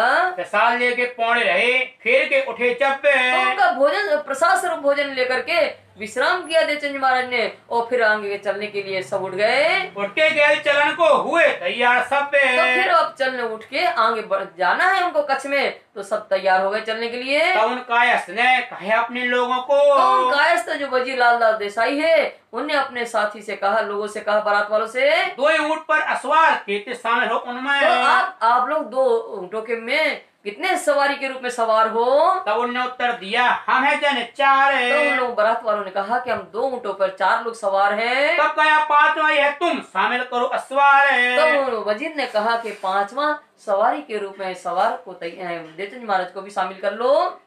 इन बार श्री देवचंद जी आए पहुंचे कच्छ में। तो इस प्रकार श्री देवचंद जी जो है उमरकोट से चल करके कच्छ देश में आ गए लोग अपने ठौर आप लगे खोज में। और जो लोग बारात वाले थे, जहाँ जानी थी उनकी बारात, वो बारात वाले तो वहाँ चले गए जहाँ स्थान था उनका, और ये जो है देवचंद जी महाराज कच्छ के अंदर परमात्मा की किस प्रकार खोज करेंगे वो अगले प्रकरण में सुनेंगे आप लोग। श्री मोहम्मद कहे साध जी जैसे देवचंद जी की बीतक श्री मोहम्मद ईश्वर स्वामी लालदास जी कहते हैं सुंदर साथ जी ये देवचंद्र जी महाराज का अभी तक का आपने जीवन वृतांत संक्षेप में सुना और किस तरह से उमरकोट से लेकर के कच्छ में परमात्मा की खोज करेंगे वो सारा वृतांत संक्षेप में सुना है आप लोग ने। आगे खोज करेंगे सोए बातें बुजुर्ग सोए बातें बुजुर्ग का आगे माने जो परमात्मा की कच्छ में खोज करना है जगह जगह जाकर के वो बात बड़ी बुजुर्ग माने महत्वपूर्ण बात है कि किस प्रकार कैसे कष्ट से परमात्मा की खोज करेंगे वो महत्वपूर्ण प्रसंग